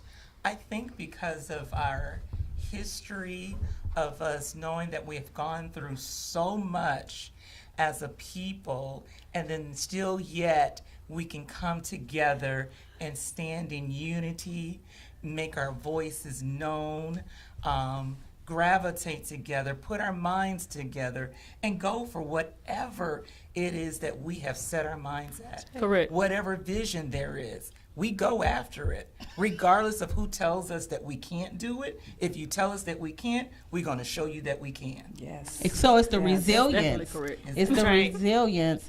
Let me let somebody else want to take that question as well. India. I'm going to pull from a text in the Bible that makes me think about the children of Israel and how when they were in bondage with Pharaoh and how it said they are multiplying themselves and they're great and there's nothing that they'll be able to do, you know, like they keep growing, and no matter how much bondage we put on them, they keep thriving, they keep becoming great, and there's nothing we can do about it. We have to take them out. And I feel like it's that same type of spirit. I think this is a spiritual thing. I think that within the Black race, there's so much excellence. I think within the Black race, there are so many just great people that are anointed and gifted to do phenomenal things. I'm talking some of the greatest things, even your traffic light that we see every day was invented by a Black person. Like, these are things that, you know, if it wasn't for God's blessing on our people, our world would be completely void. You know, when you look at music, some of the best music comes from our race. Like, so many great strengths comes from our race. And I think that unfortunately, some people, they realize that and they come to grips with that. And instead of accepting that and embracing that and working with it, they try to shut it down, diffuse it, or get rid of it, like however way they can. And I think that's because, one, they're not in that race, or two, because they feel like they've got something to prove or they've got something to just fulfill with their hatred. And I think the saddest part, though, is that even in 2019, we still have to have this conversation. Yeah. Yes. You But know? it's necessary. Like I say, you know, we can't run from issues that kind of slap us up in the face, because these are some of the things, you know, like we talked about earlier, you know, you just got to get truthful with everything that's going on around you, because it doesn't go away. And you both said something very key. I think that there's many answers to that question. You know, one thing I think about is the fact that we're a threat, because let's face it, if we really knew how to come together socially, we could really do some powerful things together, but we really don't know how to do that, because we're still being guided and manipulated through all these outside experiences. And goes back to self, when you practicing self-love, and then if I see you, then I'm seeing myself, instead of I'm looking at you and I'm seeing something else that I dislike about myself, you know. And this is key, because when we look at each other as a community, we can rise above the so-called hatred and the so-called attack. But we don't have we haven't yet figured out how to combine our resources to grow in these areas that will put us in a much better situation, because we're too busy trying to fit in. And we can't fit in. We too powerful to fit in. Say it again. That's right. Come on now. Say it again. We too powerful to fit in, you know. And once we realize that we don't have to fit in, like once we realize that we can educate our own children. See, because the history that's not being taught is where your child thinks that they come here and they're in the computer. They were born in the computer age, and they think that that's all it is. And then they go to the computer for references. But when you can take your kids on excursions, and you can take them around, you know, the town, and show them this is the house that Dr. Martin Luther King grew up in, and this is this place, and this is this place. Here in Atlanta, we are in a very rich environment, because this was the birth of so many changes that we still haven't yet figured out that those changes were to elevate us. You know, some of us are still sitting in the back of the bus, even though they said, you know, we can move to the front of the bus. Well, you know, I don't want to get into this so deep. So let me just move on to my next question. Wow. So what, and I'm going to ask this to You can't give your question back. That's another thing. If you ask the question more than once, and you can't pass it back. Now somebody else could give you the question, but you can't give it to nobody else. Okay, but I'm not gonna give you this question. Okay, but I might. I don't know yet. So I want to know what has your attention in the media right now, in reference to Black history, and not just Black history, maybe in terms of our whole makeup as women in business. What has your attention in the media right now? Think about that. Okay. So I want to know from Lakel, what has your attention in the media right now? It doesn't have anything necessarily to do with us, but what has my attention in media right now is the issues that we're dealing with about the wall, that we are constantly keep going round and round in a circle about, that Trump is putting our livelihoods in danger.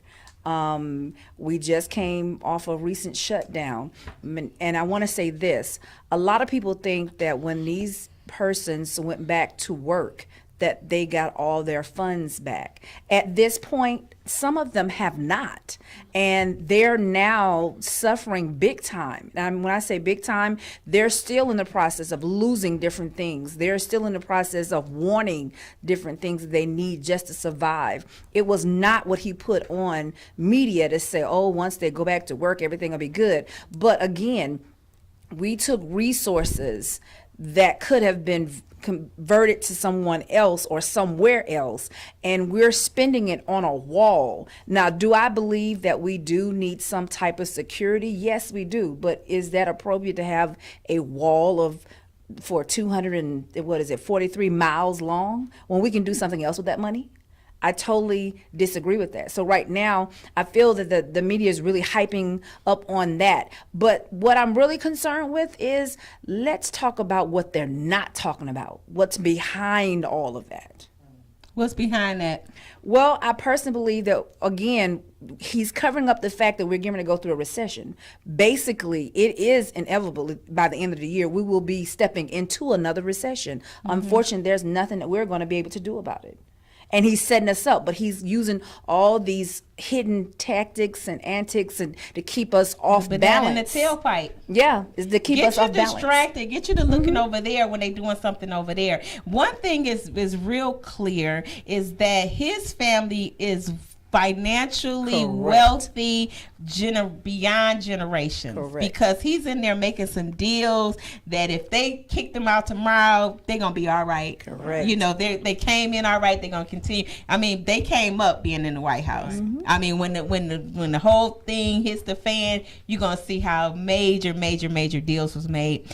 And that brings me to the next point, which really flows into your answer in that one, is what steps do you think that we should take immediately to become self-sufficient and economically competitive in our groups right here in America? Now, the reason why this stood out so much to me is for something that you just said. We're about to hit a recession. Well, we're always either coming out of one or going into one. That's just the cycle of how money works. Mm-hmm. You're either coming up or you're going down, and you're in real estate, so you know, like people get scared when they start coming down, but it's going to come down and then it's going to go back up. Mm-hmm. So you have to know how to make changes wherever we are in that pattern that goes like a roller coaster ride. But I think, and this is just me, I think that we really need to pay attention to economics. I think we really need to, and I'm talking about from the perspective of, where are you putting your money? Right. Who are you supporting? How are you taking your money and growing your money? You know, because no matter what, even in a recession, people get rich in recessions. People make money in recessions. A recession is only when, I'd say, affected the most is when you have all your eggs in one basket. Mm-hmm. You know, so we have to figure out how to diversify. Anybody like to chime in on that? Anybody? And also audience too. If you got the mic and if you want to come back with that. Okay, Miss Lady, you have any thing to say about that? Because I know for you, you're in the process of Keep God first. keep God first. Keep God Well, first. you know what? That's a given. Let's just say that's a given. What else do we have to do? Because even if God is first, it's a charge on our life to do. Stay focused. Right? Stay focused on what? What it is that you have to do in life, your goals and your dreams. I mean, you're gonna have to put God first. We can't control who's in the White House. Yeah, that's true. But I'm talking about from an angle of economics. Where do you see, or does anybody see where we really need to step up more?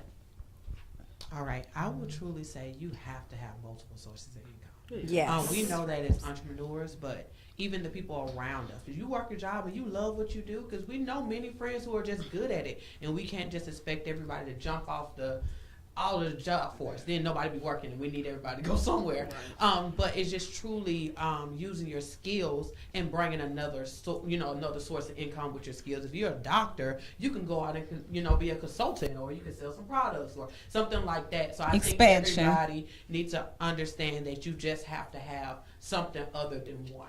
Because like you said, it's coming, and it's coming real fast. Yes. And a lot of people gonna be blindsided, but I feel like she was saying, it's that hidden thing. It was a test. It's like, are y'all ready? Y'all ain't ready. Y'all ain't ready, and y'all gonna see how ready you're not. So I would tell anybody, just make sure you create another source after a source. Right. Constantly making sure your home is taken care of. Right. Anybody else want to add anything over here? We have a studio audience that want to chime in on that.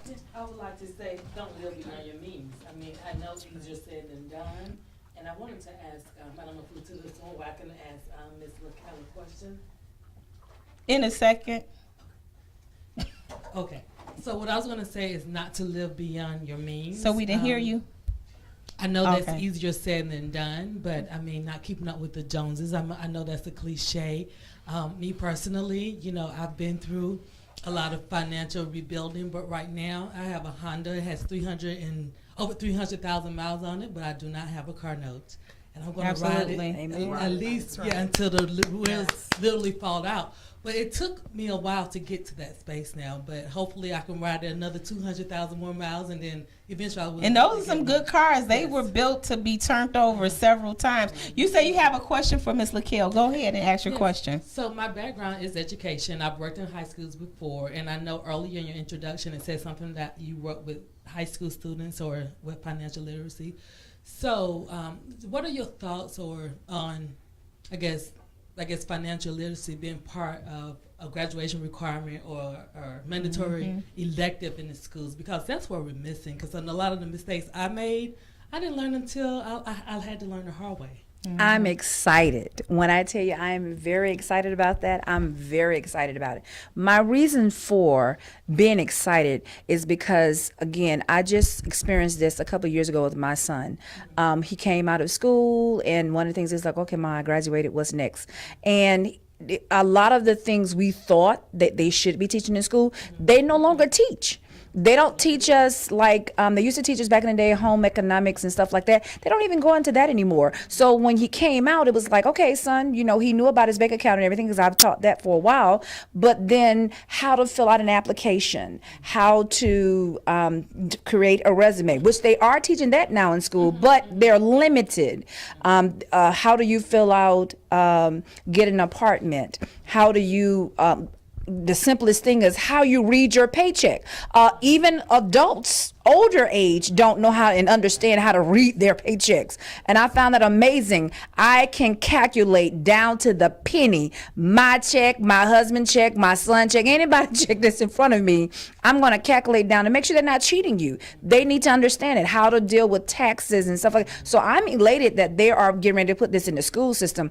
I also am in the process of also trying to get the inside to the jail system too, because a lot of the youth that are in the system is not being educated on, like they do young adults or the older adults, how to go back into society, where they're caught up and they don't have a transition of how can we get back into everyday life. Like what is it like for them once they go into the system and the system say, classify you as a bad child. So I'm elated that they are putting it back in the system. And a lot of times, speaking of prisoners, they are what we call repeat offenders because Correct. they want to go back to jail because they don't know how to live. Correct. They don't know how to cope. Yeah. Yes. Okay, all right, thank you. That's great. Any other questions from the audience? No, not right now. Yes. Make sure that mic is on. Okay. My name is Bianca. I want to just piggyback on what You got to talk in the mic. my name is Bianca. I just want to piggyback on what she just said about wanting to get into the prisons or the jails or whatever to teach this course.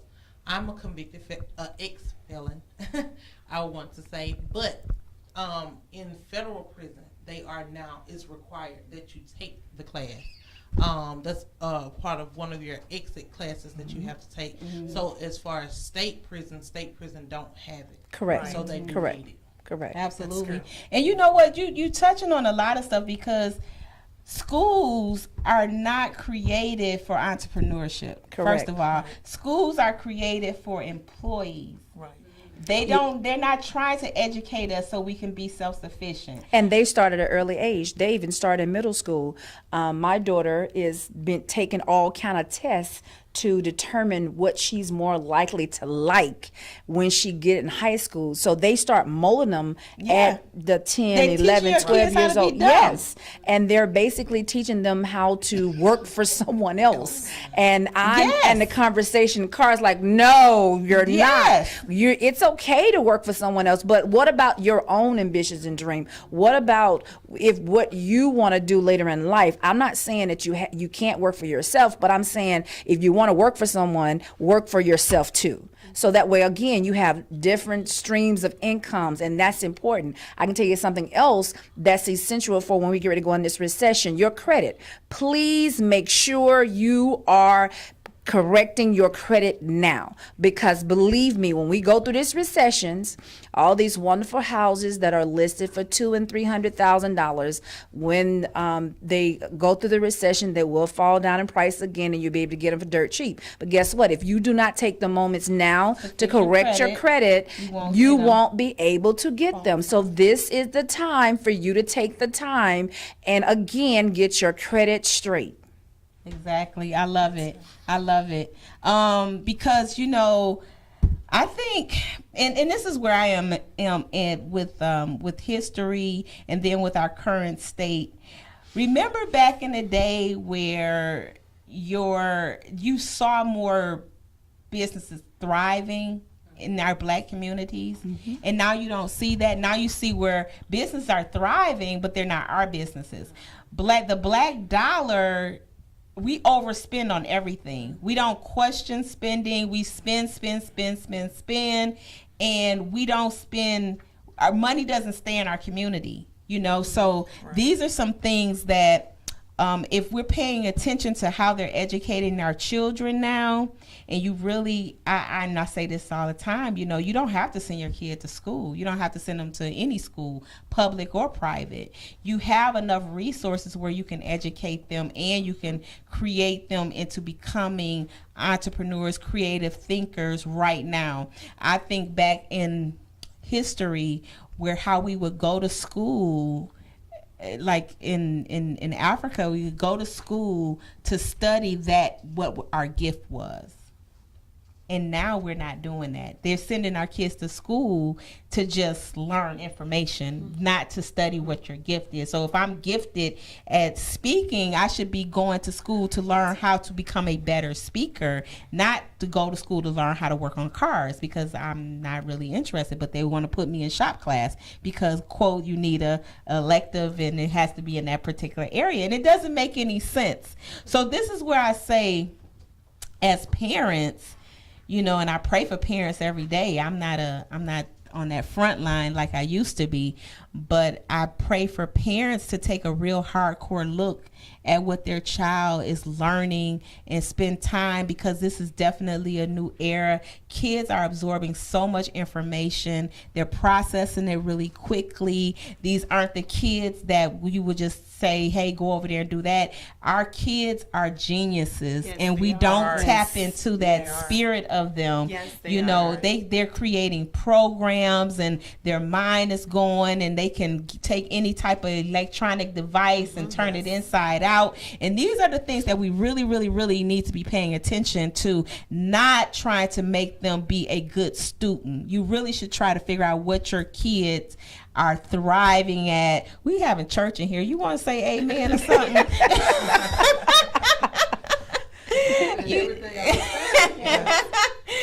So we spend a lot of time with trying to follow a system that's broken. Right. Yes. And I think that we really need to just try to create a new system, and we can do that, but we have to do it in small settings like this, and then we have to go get to work. So what's next? Well, I'm glad that you stated that, Wanda, because even I have a 15-year-old niece that's been living with me for the last 3 years, and she's a straight A student. She's here in the audience now, ever since first grade. And she's in the 9th grade now. She's in the STEM program. I mean, there isn't anything that she can't just pick up and just gravitate to and learn. Mm-hmm. So with that being said, it's like students like her, we need to continue to encourage them. I try to get her involved within the program, so therefore preparing her for college and even encouraging her to say that you can, I've always told her ever since she was small, to say that you can be the first African American president of the United States. Mm-hmm. And I keep telling her that. If she wants that if job. She desires that.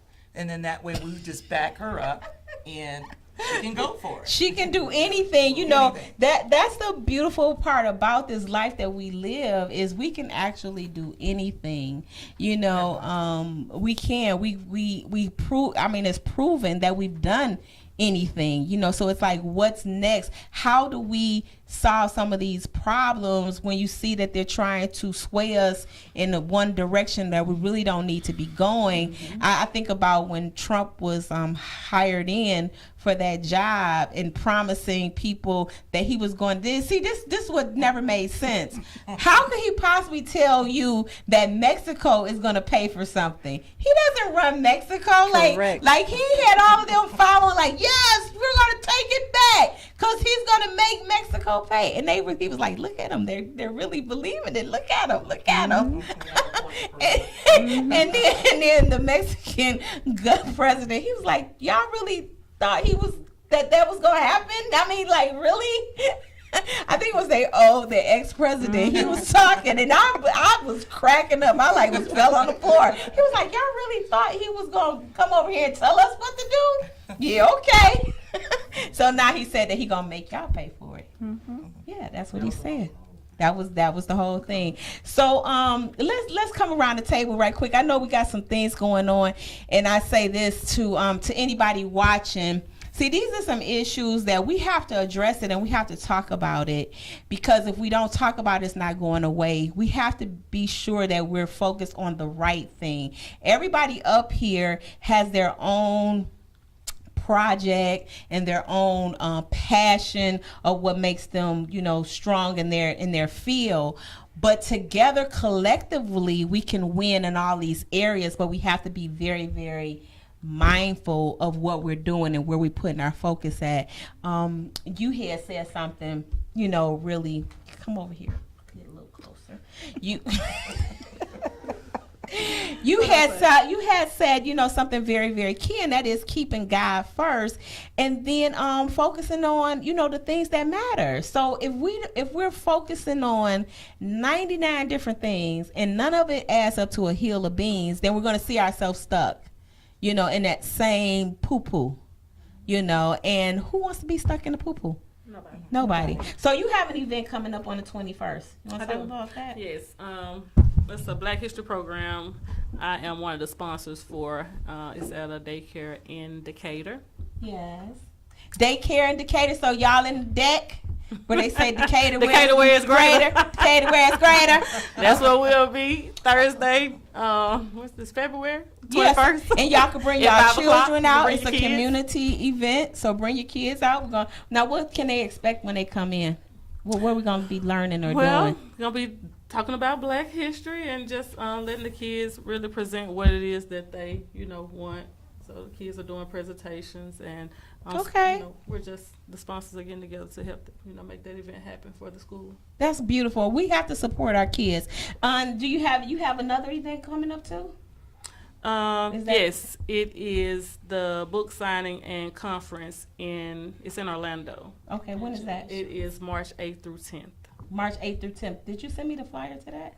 No? I did. You I did? did send you the Okay, flyer. don't worry. Y'all gonna keep getting this information because you know how we do. I'm always posting send things you the out flyer.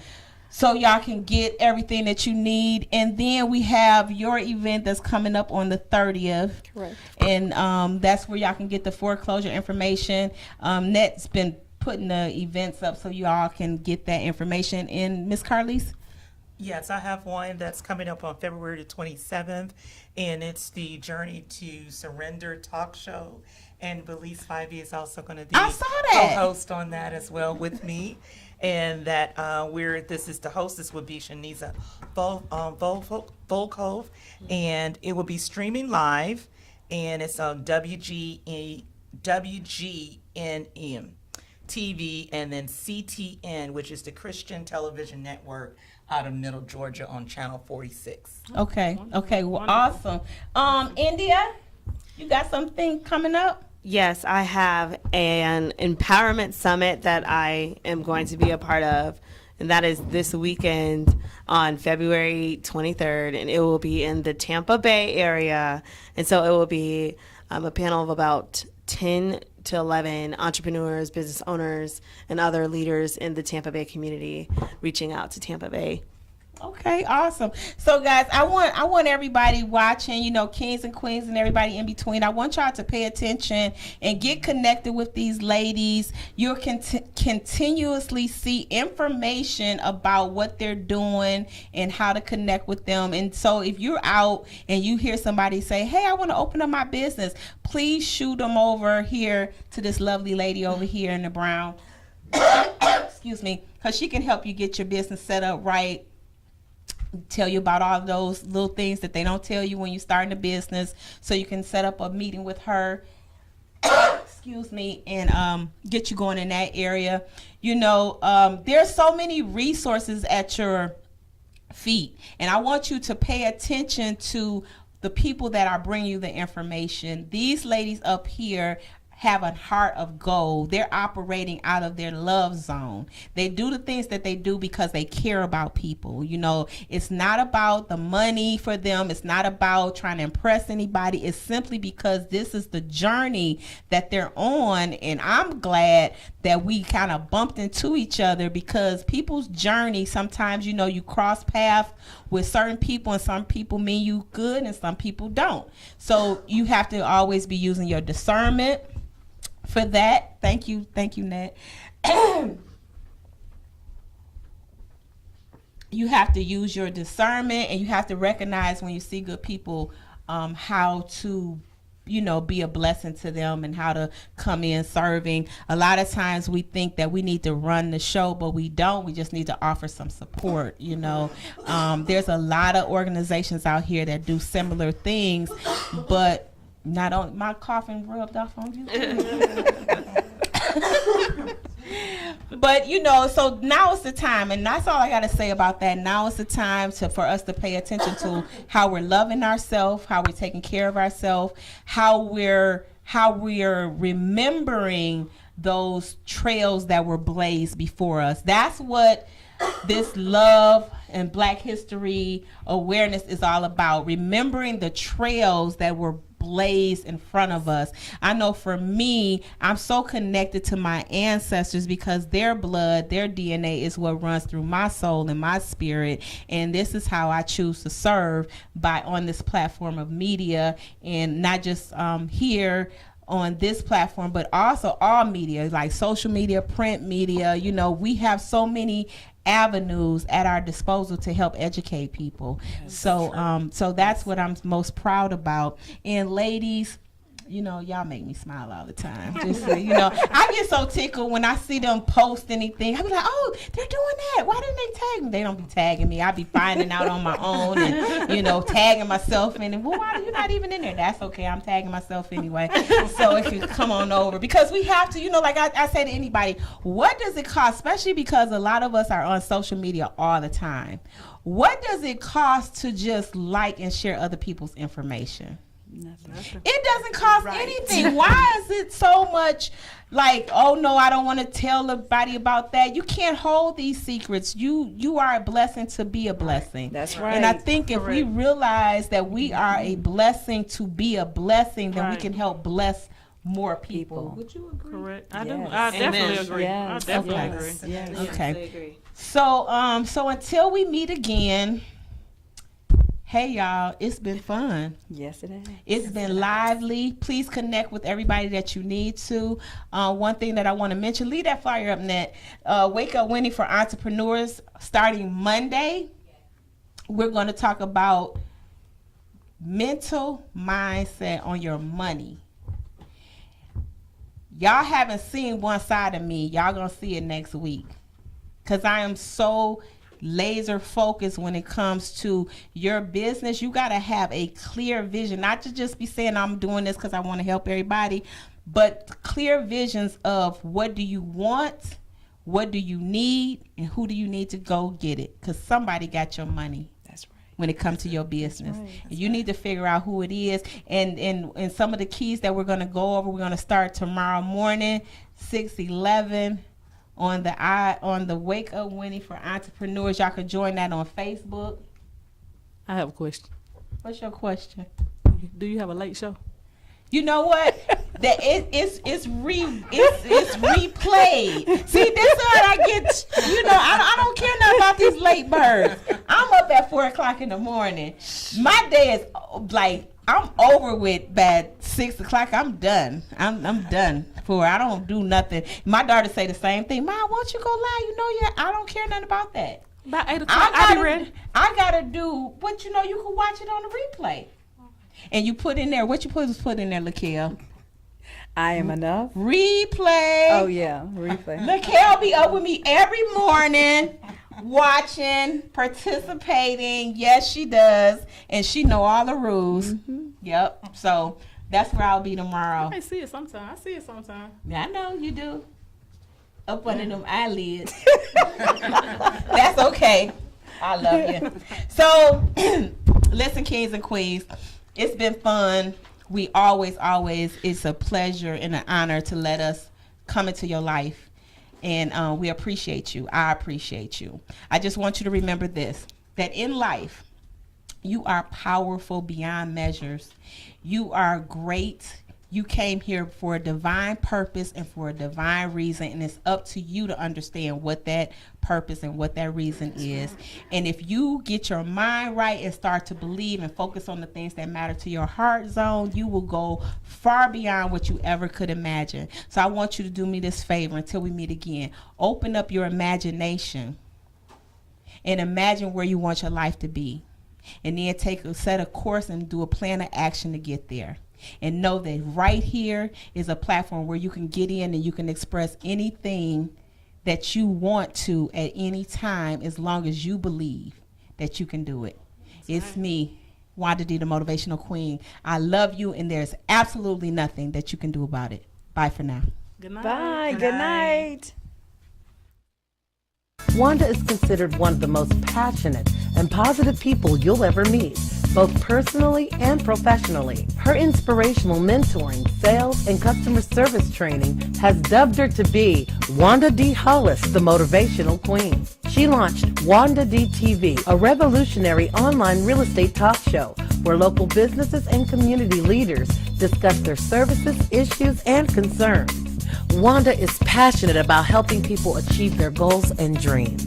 She has gone on to pursue many passions, including her I Am Enough talk show, having a seat on the West Georgia Board of Realtors, author of inspirational and motivational books, and also a strong supporter of several nonprofit organizations within her community. Wanda believes that there's no such thing as bad decisions, only regrets of not making the right attempt. For speaking engagements or to book her for your next event or conference, please visit www.IamEnough365.com.